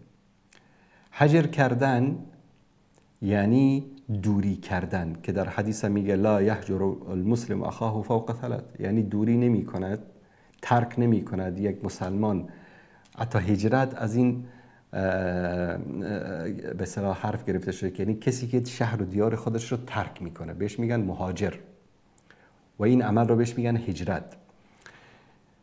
حجر در اینجا چی است؟ دوری کردن. در حدیث میگه شما 3 روز بیشتر نباید که با برادر مسلمانتان دوری بکنید، قطع رابطه بکنید. پس ما این فسق و فجوری که وجود داره و این مشکلاتی که وجود داره چی کار بکنیم؟ اولا صله رحم یک اصطلاح شرعی است، حجر یک اصطلاح شرعی است و همه اینها احکام و شروط و آداب خاص خودشون رو دارن. این که در حدیث میفرماید رسول الله صلی الله علیه و سلم میفرمایند که بیشتر از 3 روز نباید یک مسلمان با مسلمان دیگه قطع ارتباط بکند، این در مسائل دنیوی است و در مسائل شخصی است.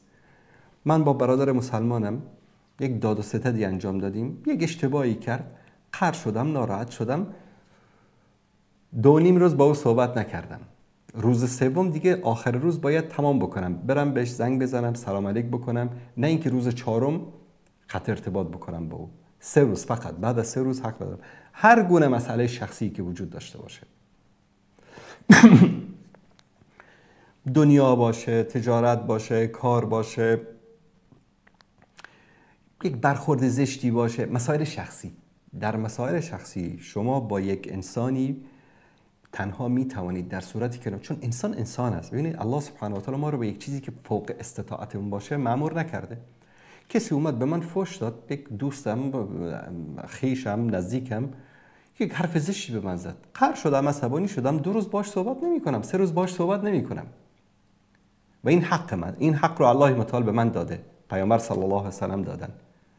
تا 3 روز حق دارم که با او قطع رابطه بکنم، حتی بهش سلام ندم، هیچ اصلا باشه. بعد از 3 روز اگر ادامه دادم گناهکار میشم و در حدیث میگه بهترینشان کسی است که اول سلام میکنه.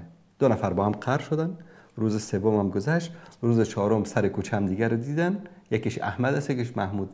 محمود به طرف احمد میگه سلام احمد، اونم سلام برمیگردن. الان کدومش در نزد الله سبحانه و تعالی بیشتر ثواب رو گرفت؟ محمود، چون که اول سلام داد. اما اگر مسئله دین باشه، مسئله اعتقاد باشه، مسئله اخلاق باشه، مسئله ارزش‌های دینی باشه، در اینجا انسان میتونه که یک کسی رو 1 روز، 2 روز، 10 روز، 1 ماه، 1 سال، 10 سال، 20 سال تا آخر عمرم ترک بکنه. این رو بهش در اصطلاح شریعت بهش چی میگن؟ حجر میگن. و این حجر یا حجر میگن یا حجر میگن مقید به زمان نیست. تا وقتی که اون مصلحتی که ماورای این ترک کردن و حجر کردن وجود داشته باشد، این باید ادامه پیدا بکند. حالا در جواب این دوست عزیزمون میایم شروط و احکام این رو بیان میکنیم. آیا نمونه ما داریم در سیرت که رسول الله صلی الله علیه و سلم صحابه این کار انجام داده باشن؟ بله.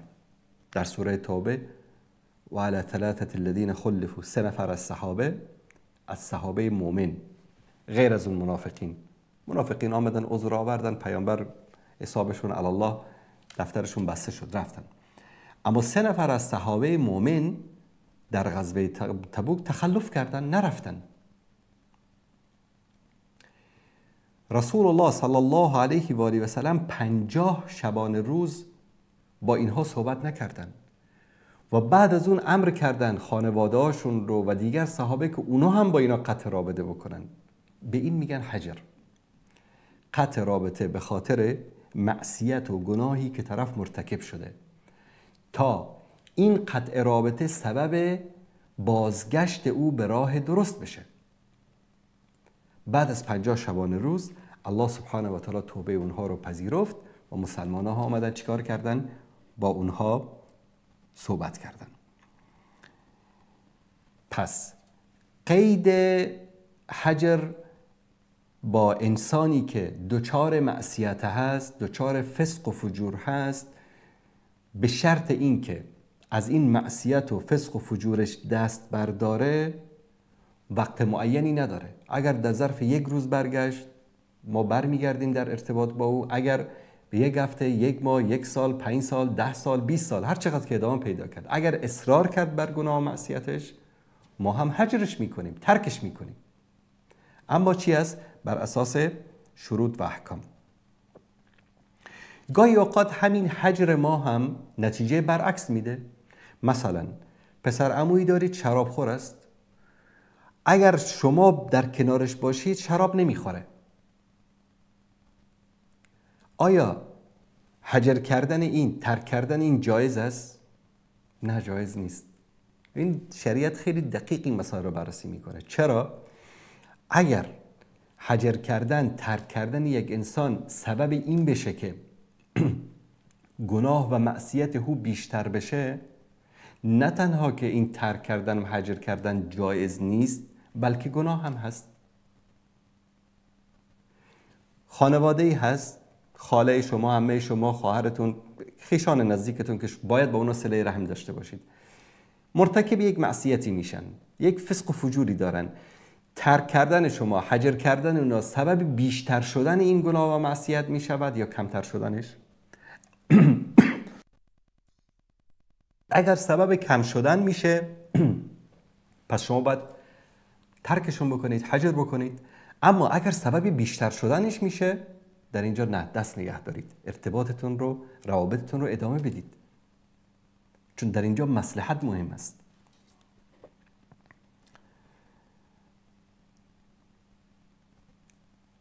دیگر این که نباید از این مسئله بعضیا سوء استفاده بکنن. یعنی از بعضی، مثلا یک مسلمانی رو الان میبینی، والا چرا با فلانی ارتباط نداری؟ نه، من حجرش کردم. بر چه اساس حجرش کردی؟ والا ازش خوشم نمیاد. این شد شخصی.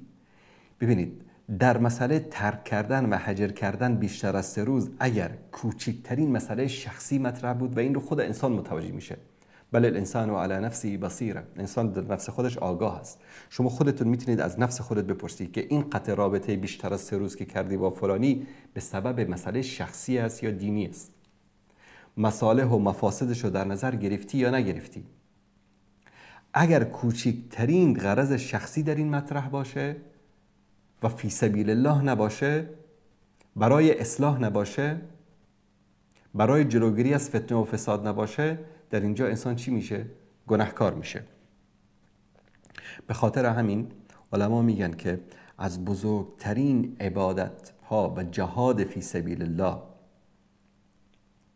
این است که انسان اهل بدعت و اهل فسق و فجور رو ترک بکنه، حجرشون بکنه. اگر این حجر ما سبب میشه که اونها اصلاح بشن. به طور مثال، یک آدمی صاحب بدعتی است، رفت آمد با او سبب میشه که او این بدعتش رو در میان شما و خانواده شما پخش بکنه، پس فرض است که انسان با او قطع رابطه بکنه.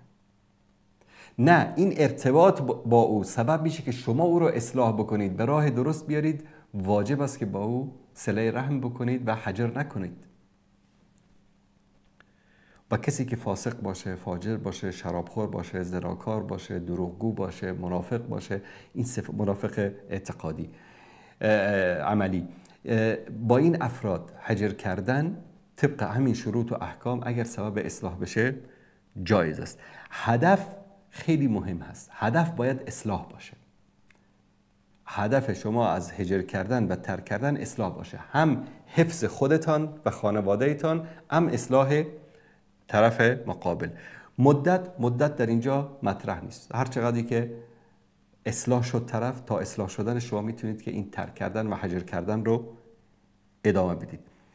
در مدتی که با کسی حجر کردید، غیبتش رو نمی کنید، بدگوییش رو نمی کنید، اهانت بهش نمی کنید، یعنی این اخلاق یک مؤمن رو باید در نظر بگیرید. حالا نه کسی رو حجر کردید، شرابخور است، زناکار است، فاسق است، فاجر، صبح تا شام در عرب مجلس میشید، والله من فلانی رو حجر کردم، ترکش کردم، صاحب این است، این است، این است، فلان فلان فلان، بدگویی اون رو بکنید. نه، این جایز نیست.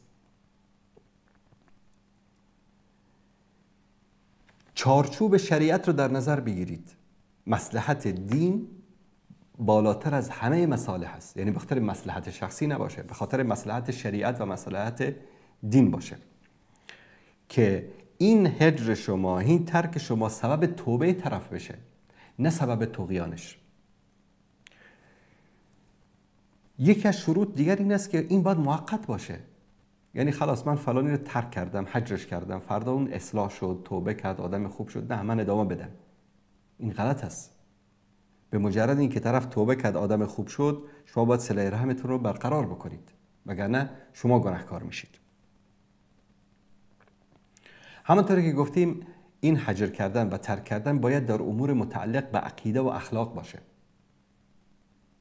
اهل بدعت، اهل شرک، اهل نفاق و اهل فسوق و فجور، شراب و زنا و معصیت و دزدی و اینا. آیا در دورانی که ما او رو ترک میکنیم وظیفه ما دعوت و توجیه شرعی این طرف آیا برطرف میشه؟ نخیر. شما چه مستقیم چه غیر مستقیم باید او رو دعوت بکنید، اعمال زشت و ناپسندش رو براش بازگو بکنید، او رو برای قرآن و سنت دعوت بکنید، اعمال زشت رو براش بازگو بکنید به شکلی که او رو اصلاح بکنه، سبب اصلاحش بشه. مثلا یک طرف شراب میخوره، ای شراب خوره، نمیدونم فلان فلان فلان شده. نه، اینطوری نه. برید با آیات با احادیث احکام رو بیان بکنید. اصلا طرف با آیات و احادیث زیاد اهمیت قائل نیست. شاید با دلایل علمی خیلی بیشتر مثلا اصلاح بشه، هدایت بشه. برید اقوال پزشکانی که دکترانی رو که در ضرر شراب مثلا هست رو جمع بکنید، براش بازگو بکنید، نمونه‌ای از زندگی انسان‌ها براش بازگو بکنید و مجالسشون رو ترک بکنید. مثلا طرف یک دیوانی داره، یک مجلسی داره، مهمانخانه‌ای داره، همه دوستان رفیقاش جمع میکنه، در بین شما و خانواده‌تون هم میرید در اونجا و این مجلس شما سلطه‌ای در اینجا ندارید. اونا فسق و فجورشون رو عیان و بیان میکنن و شما نمیتونید جلوی اونها رو بگیرید. اونها میتونن بر شما تاثیر بگذارن، نه اینکه شما بر اونها تاثیر بگذارید. نباید شرکت بکنید. یک نفری اصرار دارد بر گناه و معاصی، بر بدعت و بر شرکی که دارد، بله، تا وقتی که توبه نکرده شما میتوانید که با او صحبت نکنید، رفت آمد نکنید، صله رحمتون رو قطع بکنید تا وقتی که اصلاح بشه. حتی کسی که به دیگران اهانت میکنه، غیبت میکنه، دیگران رو مسخره میکنه، با این گونه انسان ها نباید نشست و برخاست کرد.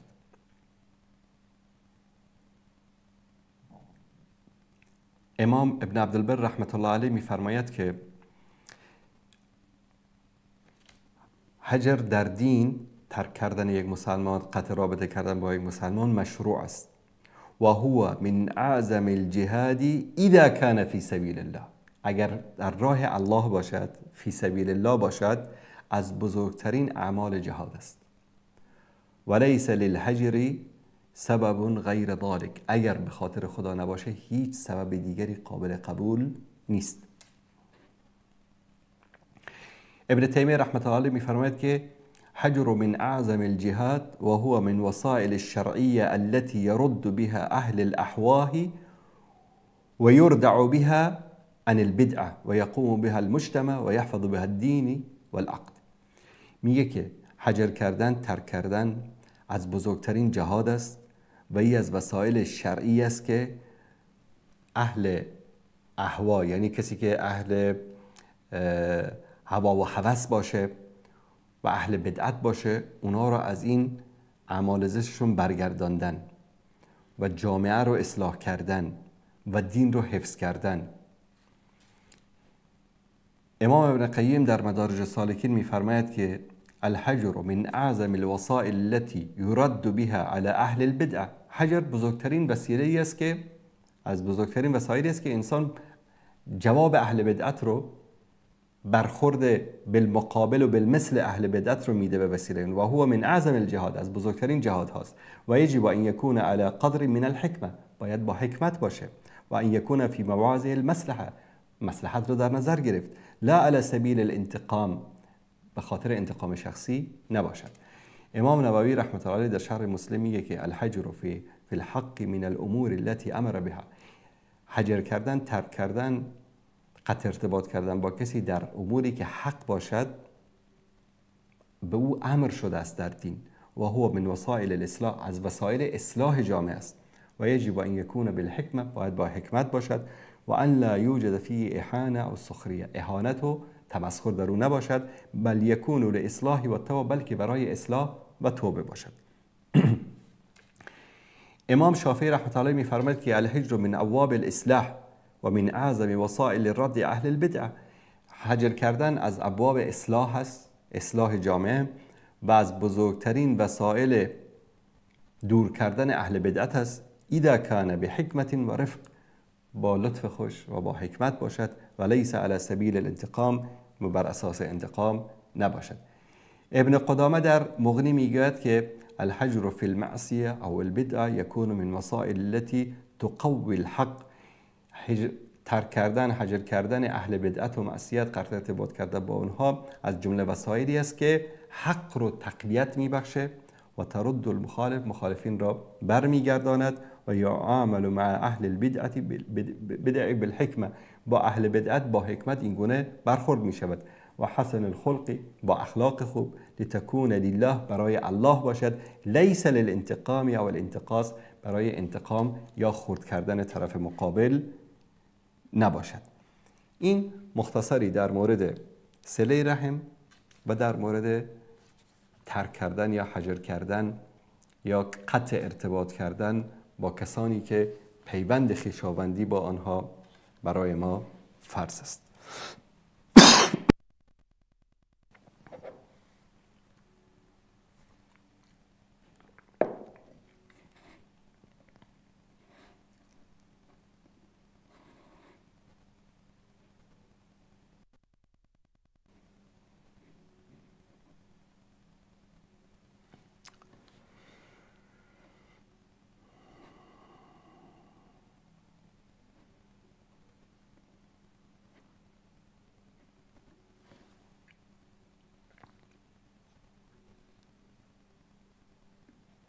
بیننده گرامی سلام علیکم، بفرمایید.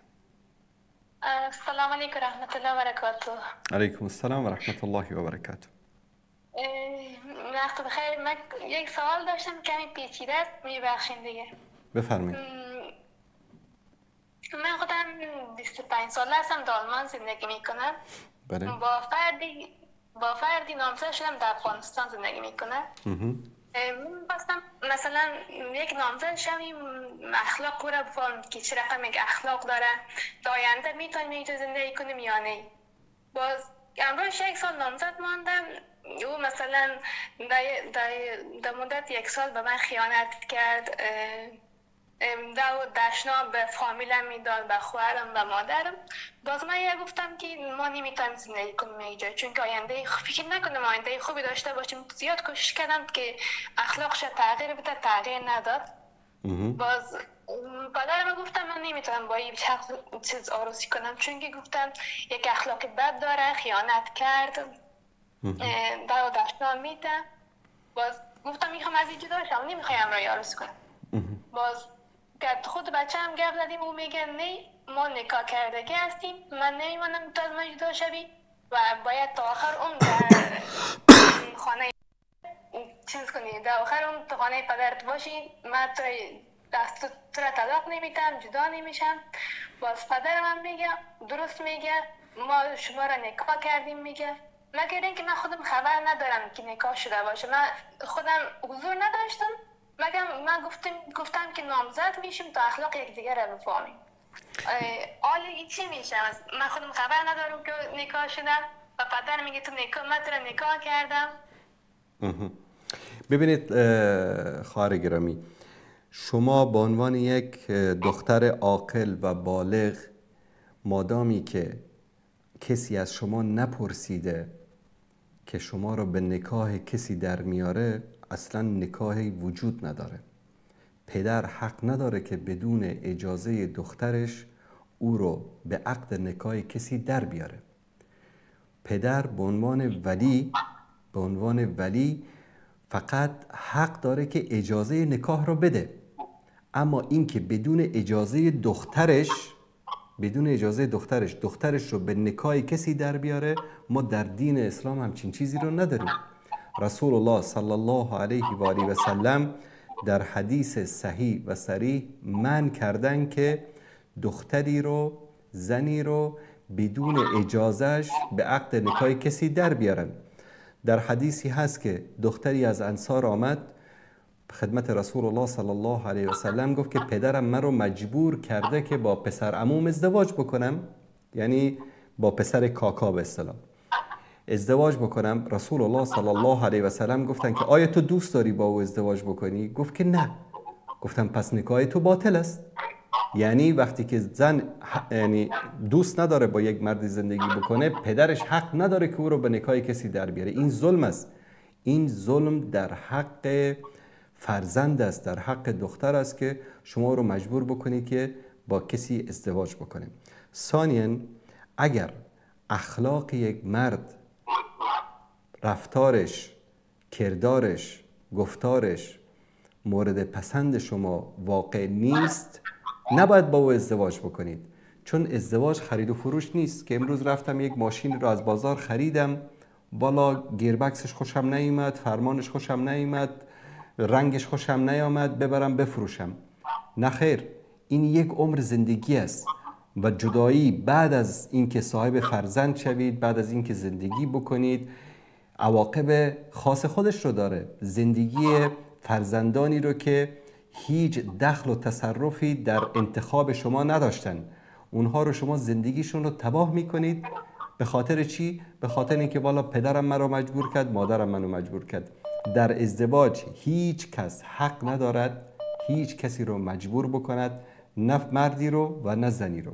مادامی که با شما مشوره نشده است، مادامی که شما اجازه ندادید که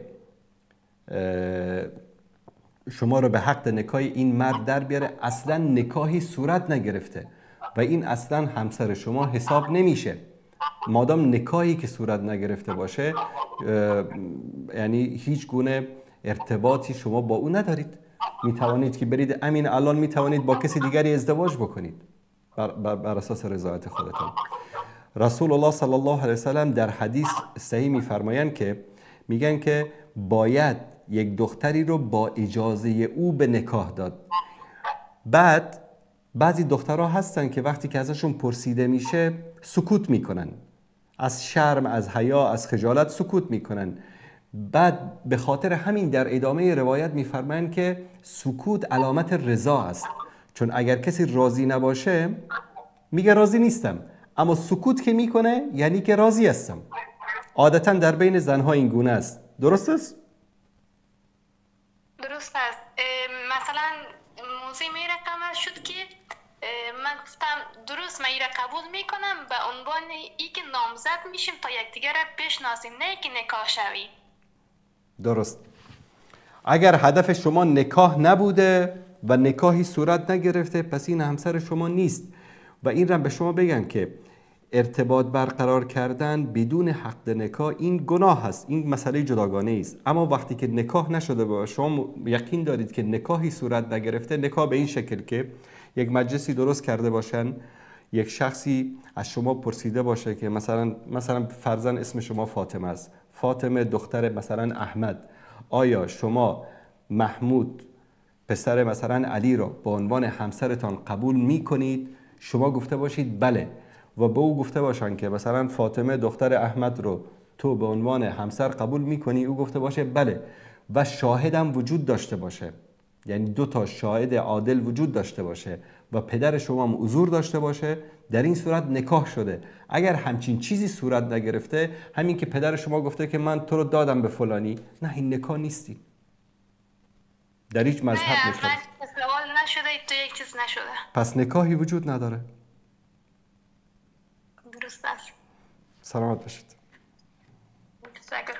خدا نگهدارش. و این رو باید خدمت پدران و مادران عرض بکنم که فرزندانتون رو مجبور نکنید که با کسی که دوست نداره ازدواج بکنه. این یعنی جایز نیست. به خاطر پول، به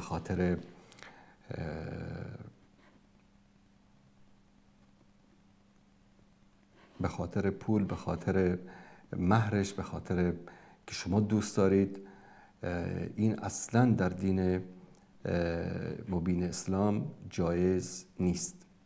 من این رو خدمت شما بیان بکنم. رسول الله صلی الله علیه و آله و سلم در حدیث صحیح می‌فرمایند که اذا خطب الیکم من ترضون عن دینه و خلقه فزوجوه.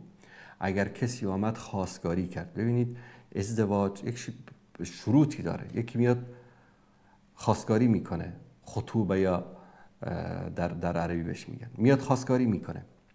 اگر شما از دین و خلقش راضی شدید، ببینید گاهی اوقات بعضی از دین و خلقی که در جامعه خوب هست برای یک زن خوب نیست. مثلا یک زنی دوست نداره که شوهرش بره مثلا ماهی 15 روز بره برای دعوت. یا اصلا یک مثال دیگه بزنیم، شاید به بعضیا برم بخوره. دوست نداره که مثلا شوهرش تا نافش ریش داشته باشه. اون ریشی بلند سنت است، اما این زن دوست نداره که مثلا ریش شوهرش بلند باشه. چرا اینجا ترضون دینه و خلقه؟ یعنی شما از این خلق و دین او راضی باشید. چه فرق نماز شبم بخونه، تهجدم بخونه، آدب خوبم باشه، عالم، دعوتگر، خوب همه خوبی‌ها رو داشته باشه، همه اخلاقای خوبم داشته باشه، اما انسان بخیل باشه. و یک نمونهش همین مدت قبل من خودم شاهدش بودم. طرف از نگاه اخلاق و دین هیچ عیبی نداره اما بخیل است.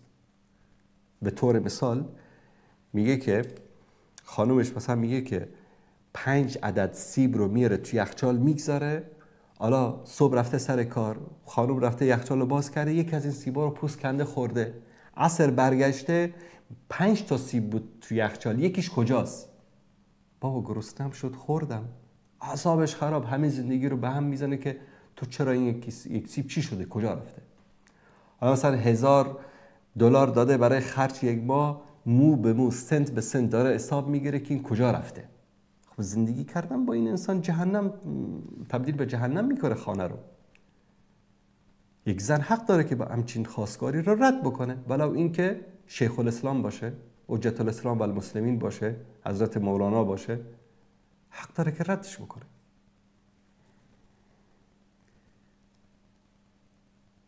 الا تفعلوا تکن فتنة فی الارض و فساد کبیر. اگر وقتی که از اخلاق و دینش اینجا خوشتون اومد، اگر این ازدواج رو صورت ندادید، مشکلات ایجاد کردید، سبب فتنه و فساد میشید. چرا؟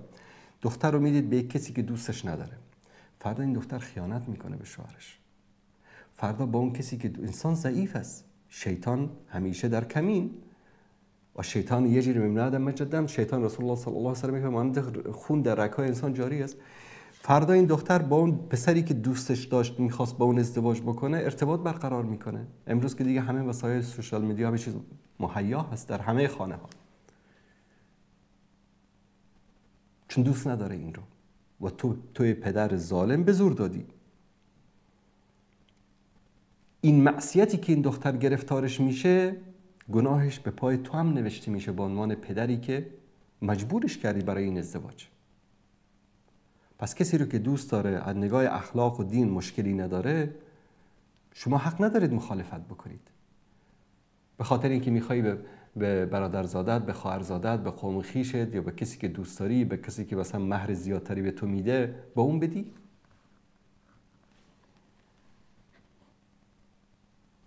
در حدیث صحیح رسول الله صلی الله علیه وسلم از ابن عباس روایت است که می‌فرمایند کسی که بیوه باشد اجازهش دست خودش است والبکر تستأذن فی نفسها و اذنها صمتها و دختری که باکره باشد یعنی قبلا ازدواج نکرده باشد از او اجازه گرفته می شود و اگر ساکت شد چیزی نگفت یعنی که راضی است و اذنها صمتها ساکت شدنش نشان دهنده اجازهش است. پس بدون اجازه یک زن یک دختر او را نباید به ازدواج کسی درآورد.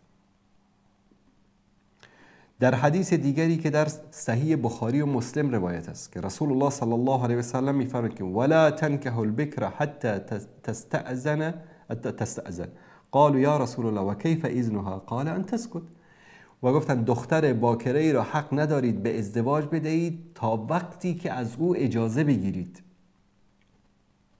گفتن یا رسول الله یعنی اگر اجازه چطوری است؟ اگر ساکت شد یعنی راضی است، همین اجازه است. در امام احمد، ابو داود، ابن ماجه از ابن عباس روایت میکنن که یک دختری آمد پیش رسول الله صلی الله علیه و سلم فذکرت ان اباها زوجها و هی کارهه. گفت یا رسول الله پدر منو به ازدواج کسی در آورده و من او را دوست ندارم، مجبور دادن من رو. فخیرها النبی صلی الله علیه و سلم، پیامبر صلی الله علیه و سلم اختیار داری، میخوای باهاش زندگی بکن، میخوای جدات میکنی. دختری که به زور پدرش میخواد او رو به ازدواج کسی در بیاره، در کشوری که محکمه شرعی باشه باید به محکمه شرعی مراجعه بکنه و از پدرش شکایت بکنه پیش قاضی. مثلا در افغانستان به نزدیکترین محکمه شرعی باید بره شکایت بکنه که پدرش میخواد به زور این رو به ازدواج کسی در بیاره.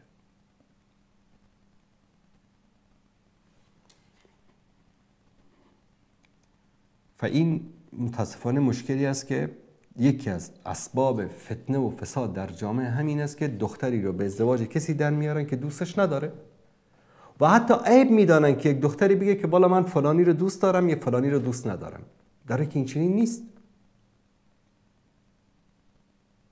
زینب بنت جحش رضی الله تعالی عنها دختر عمه رسول الله صلی الله علیه و سلم همسر کی بود؟ زید ابن حارثه. زید ابن حارثه برده آزاد شده رسول الله صلی الله علیه و سلم بود. زید رو انقدر پیامبر دوست داشتن که مردم میگفتن زید ابن محمد، زید فرزند محمد، حب رسول الله، یعنی میگفتن محبوب رسول الله صلی الله علیه و سلم، بسیار دوستش داشتن. فرزندش اسامه بن زید است که لحظات پیش گفتن فرمانده بزرگترین لشکری که برای حمله به روم قبل از وفات رسول الله صلی الله علیه و سلم تعیین شده بود در 19 سالگی به روایت 16 سالگی. بهش میگفتن ابن حب رسول الله، پسر محبوب پیامبر صلی الله علیه و سلم. از بس که دوستش داشتن رسول الله صلی الله علیه و سلم، دختر عمه خودشون رو زینب رو براش خواستگاری کردن. زینب با زید خوشحال نبود، چون زید برده‌ای بود که آزاد شده بود. زینب از یک خانواده به اصطلاح اشراف قریش بود، از بنی هاشم بود. خودش یک روز هنوز بود، یعنی اون آثار هنوزم در جامعه کفو به اصطلاح همپایه بودن یکی از شروط است در بعضی از مذاهب.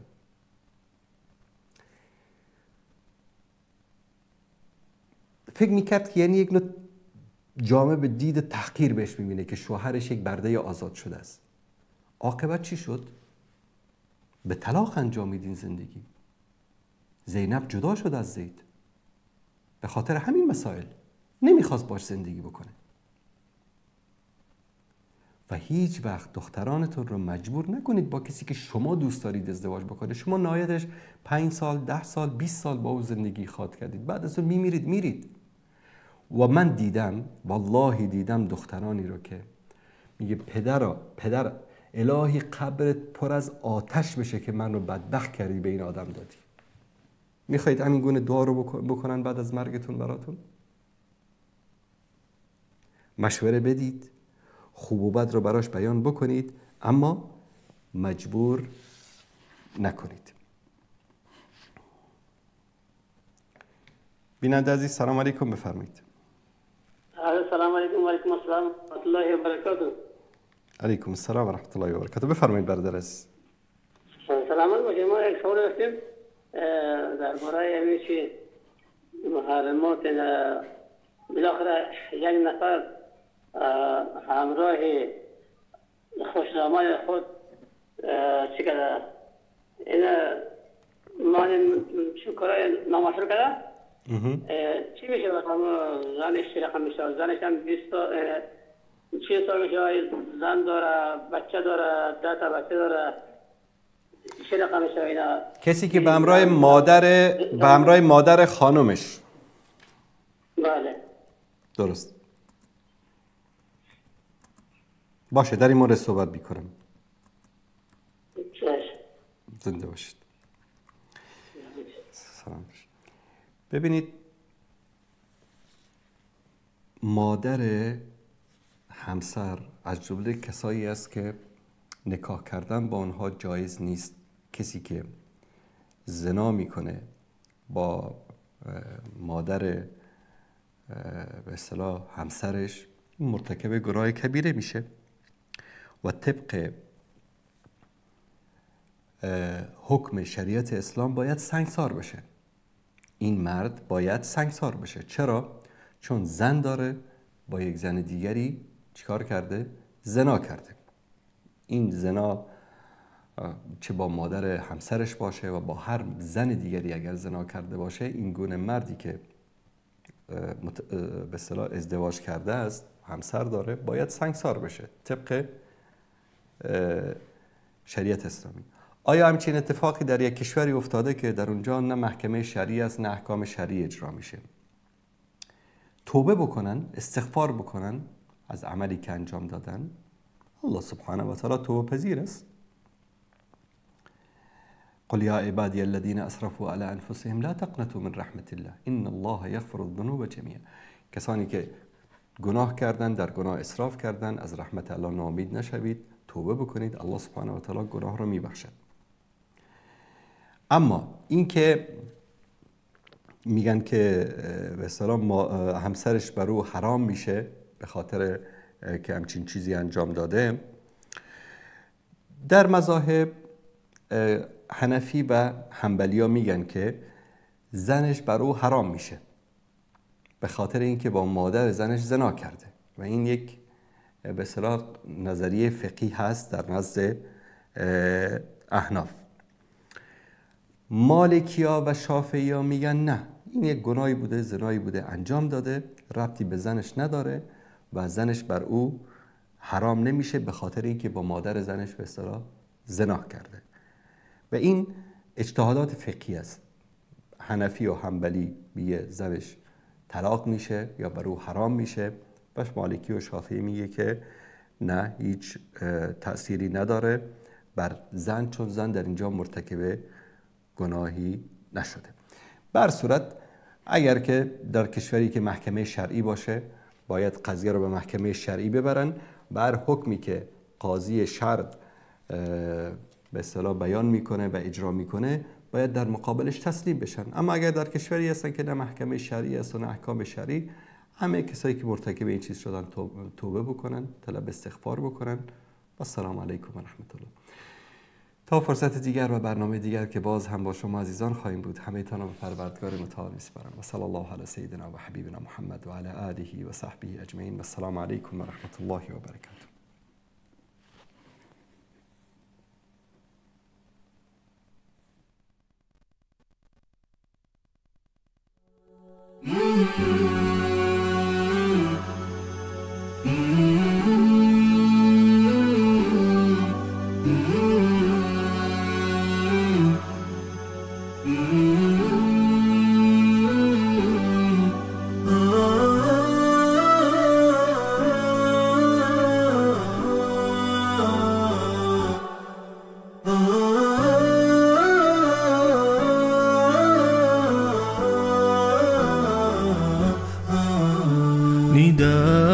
الحق صوت قد شجاني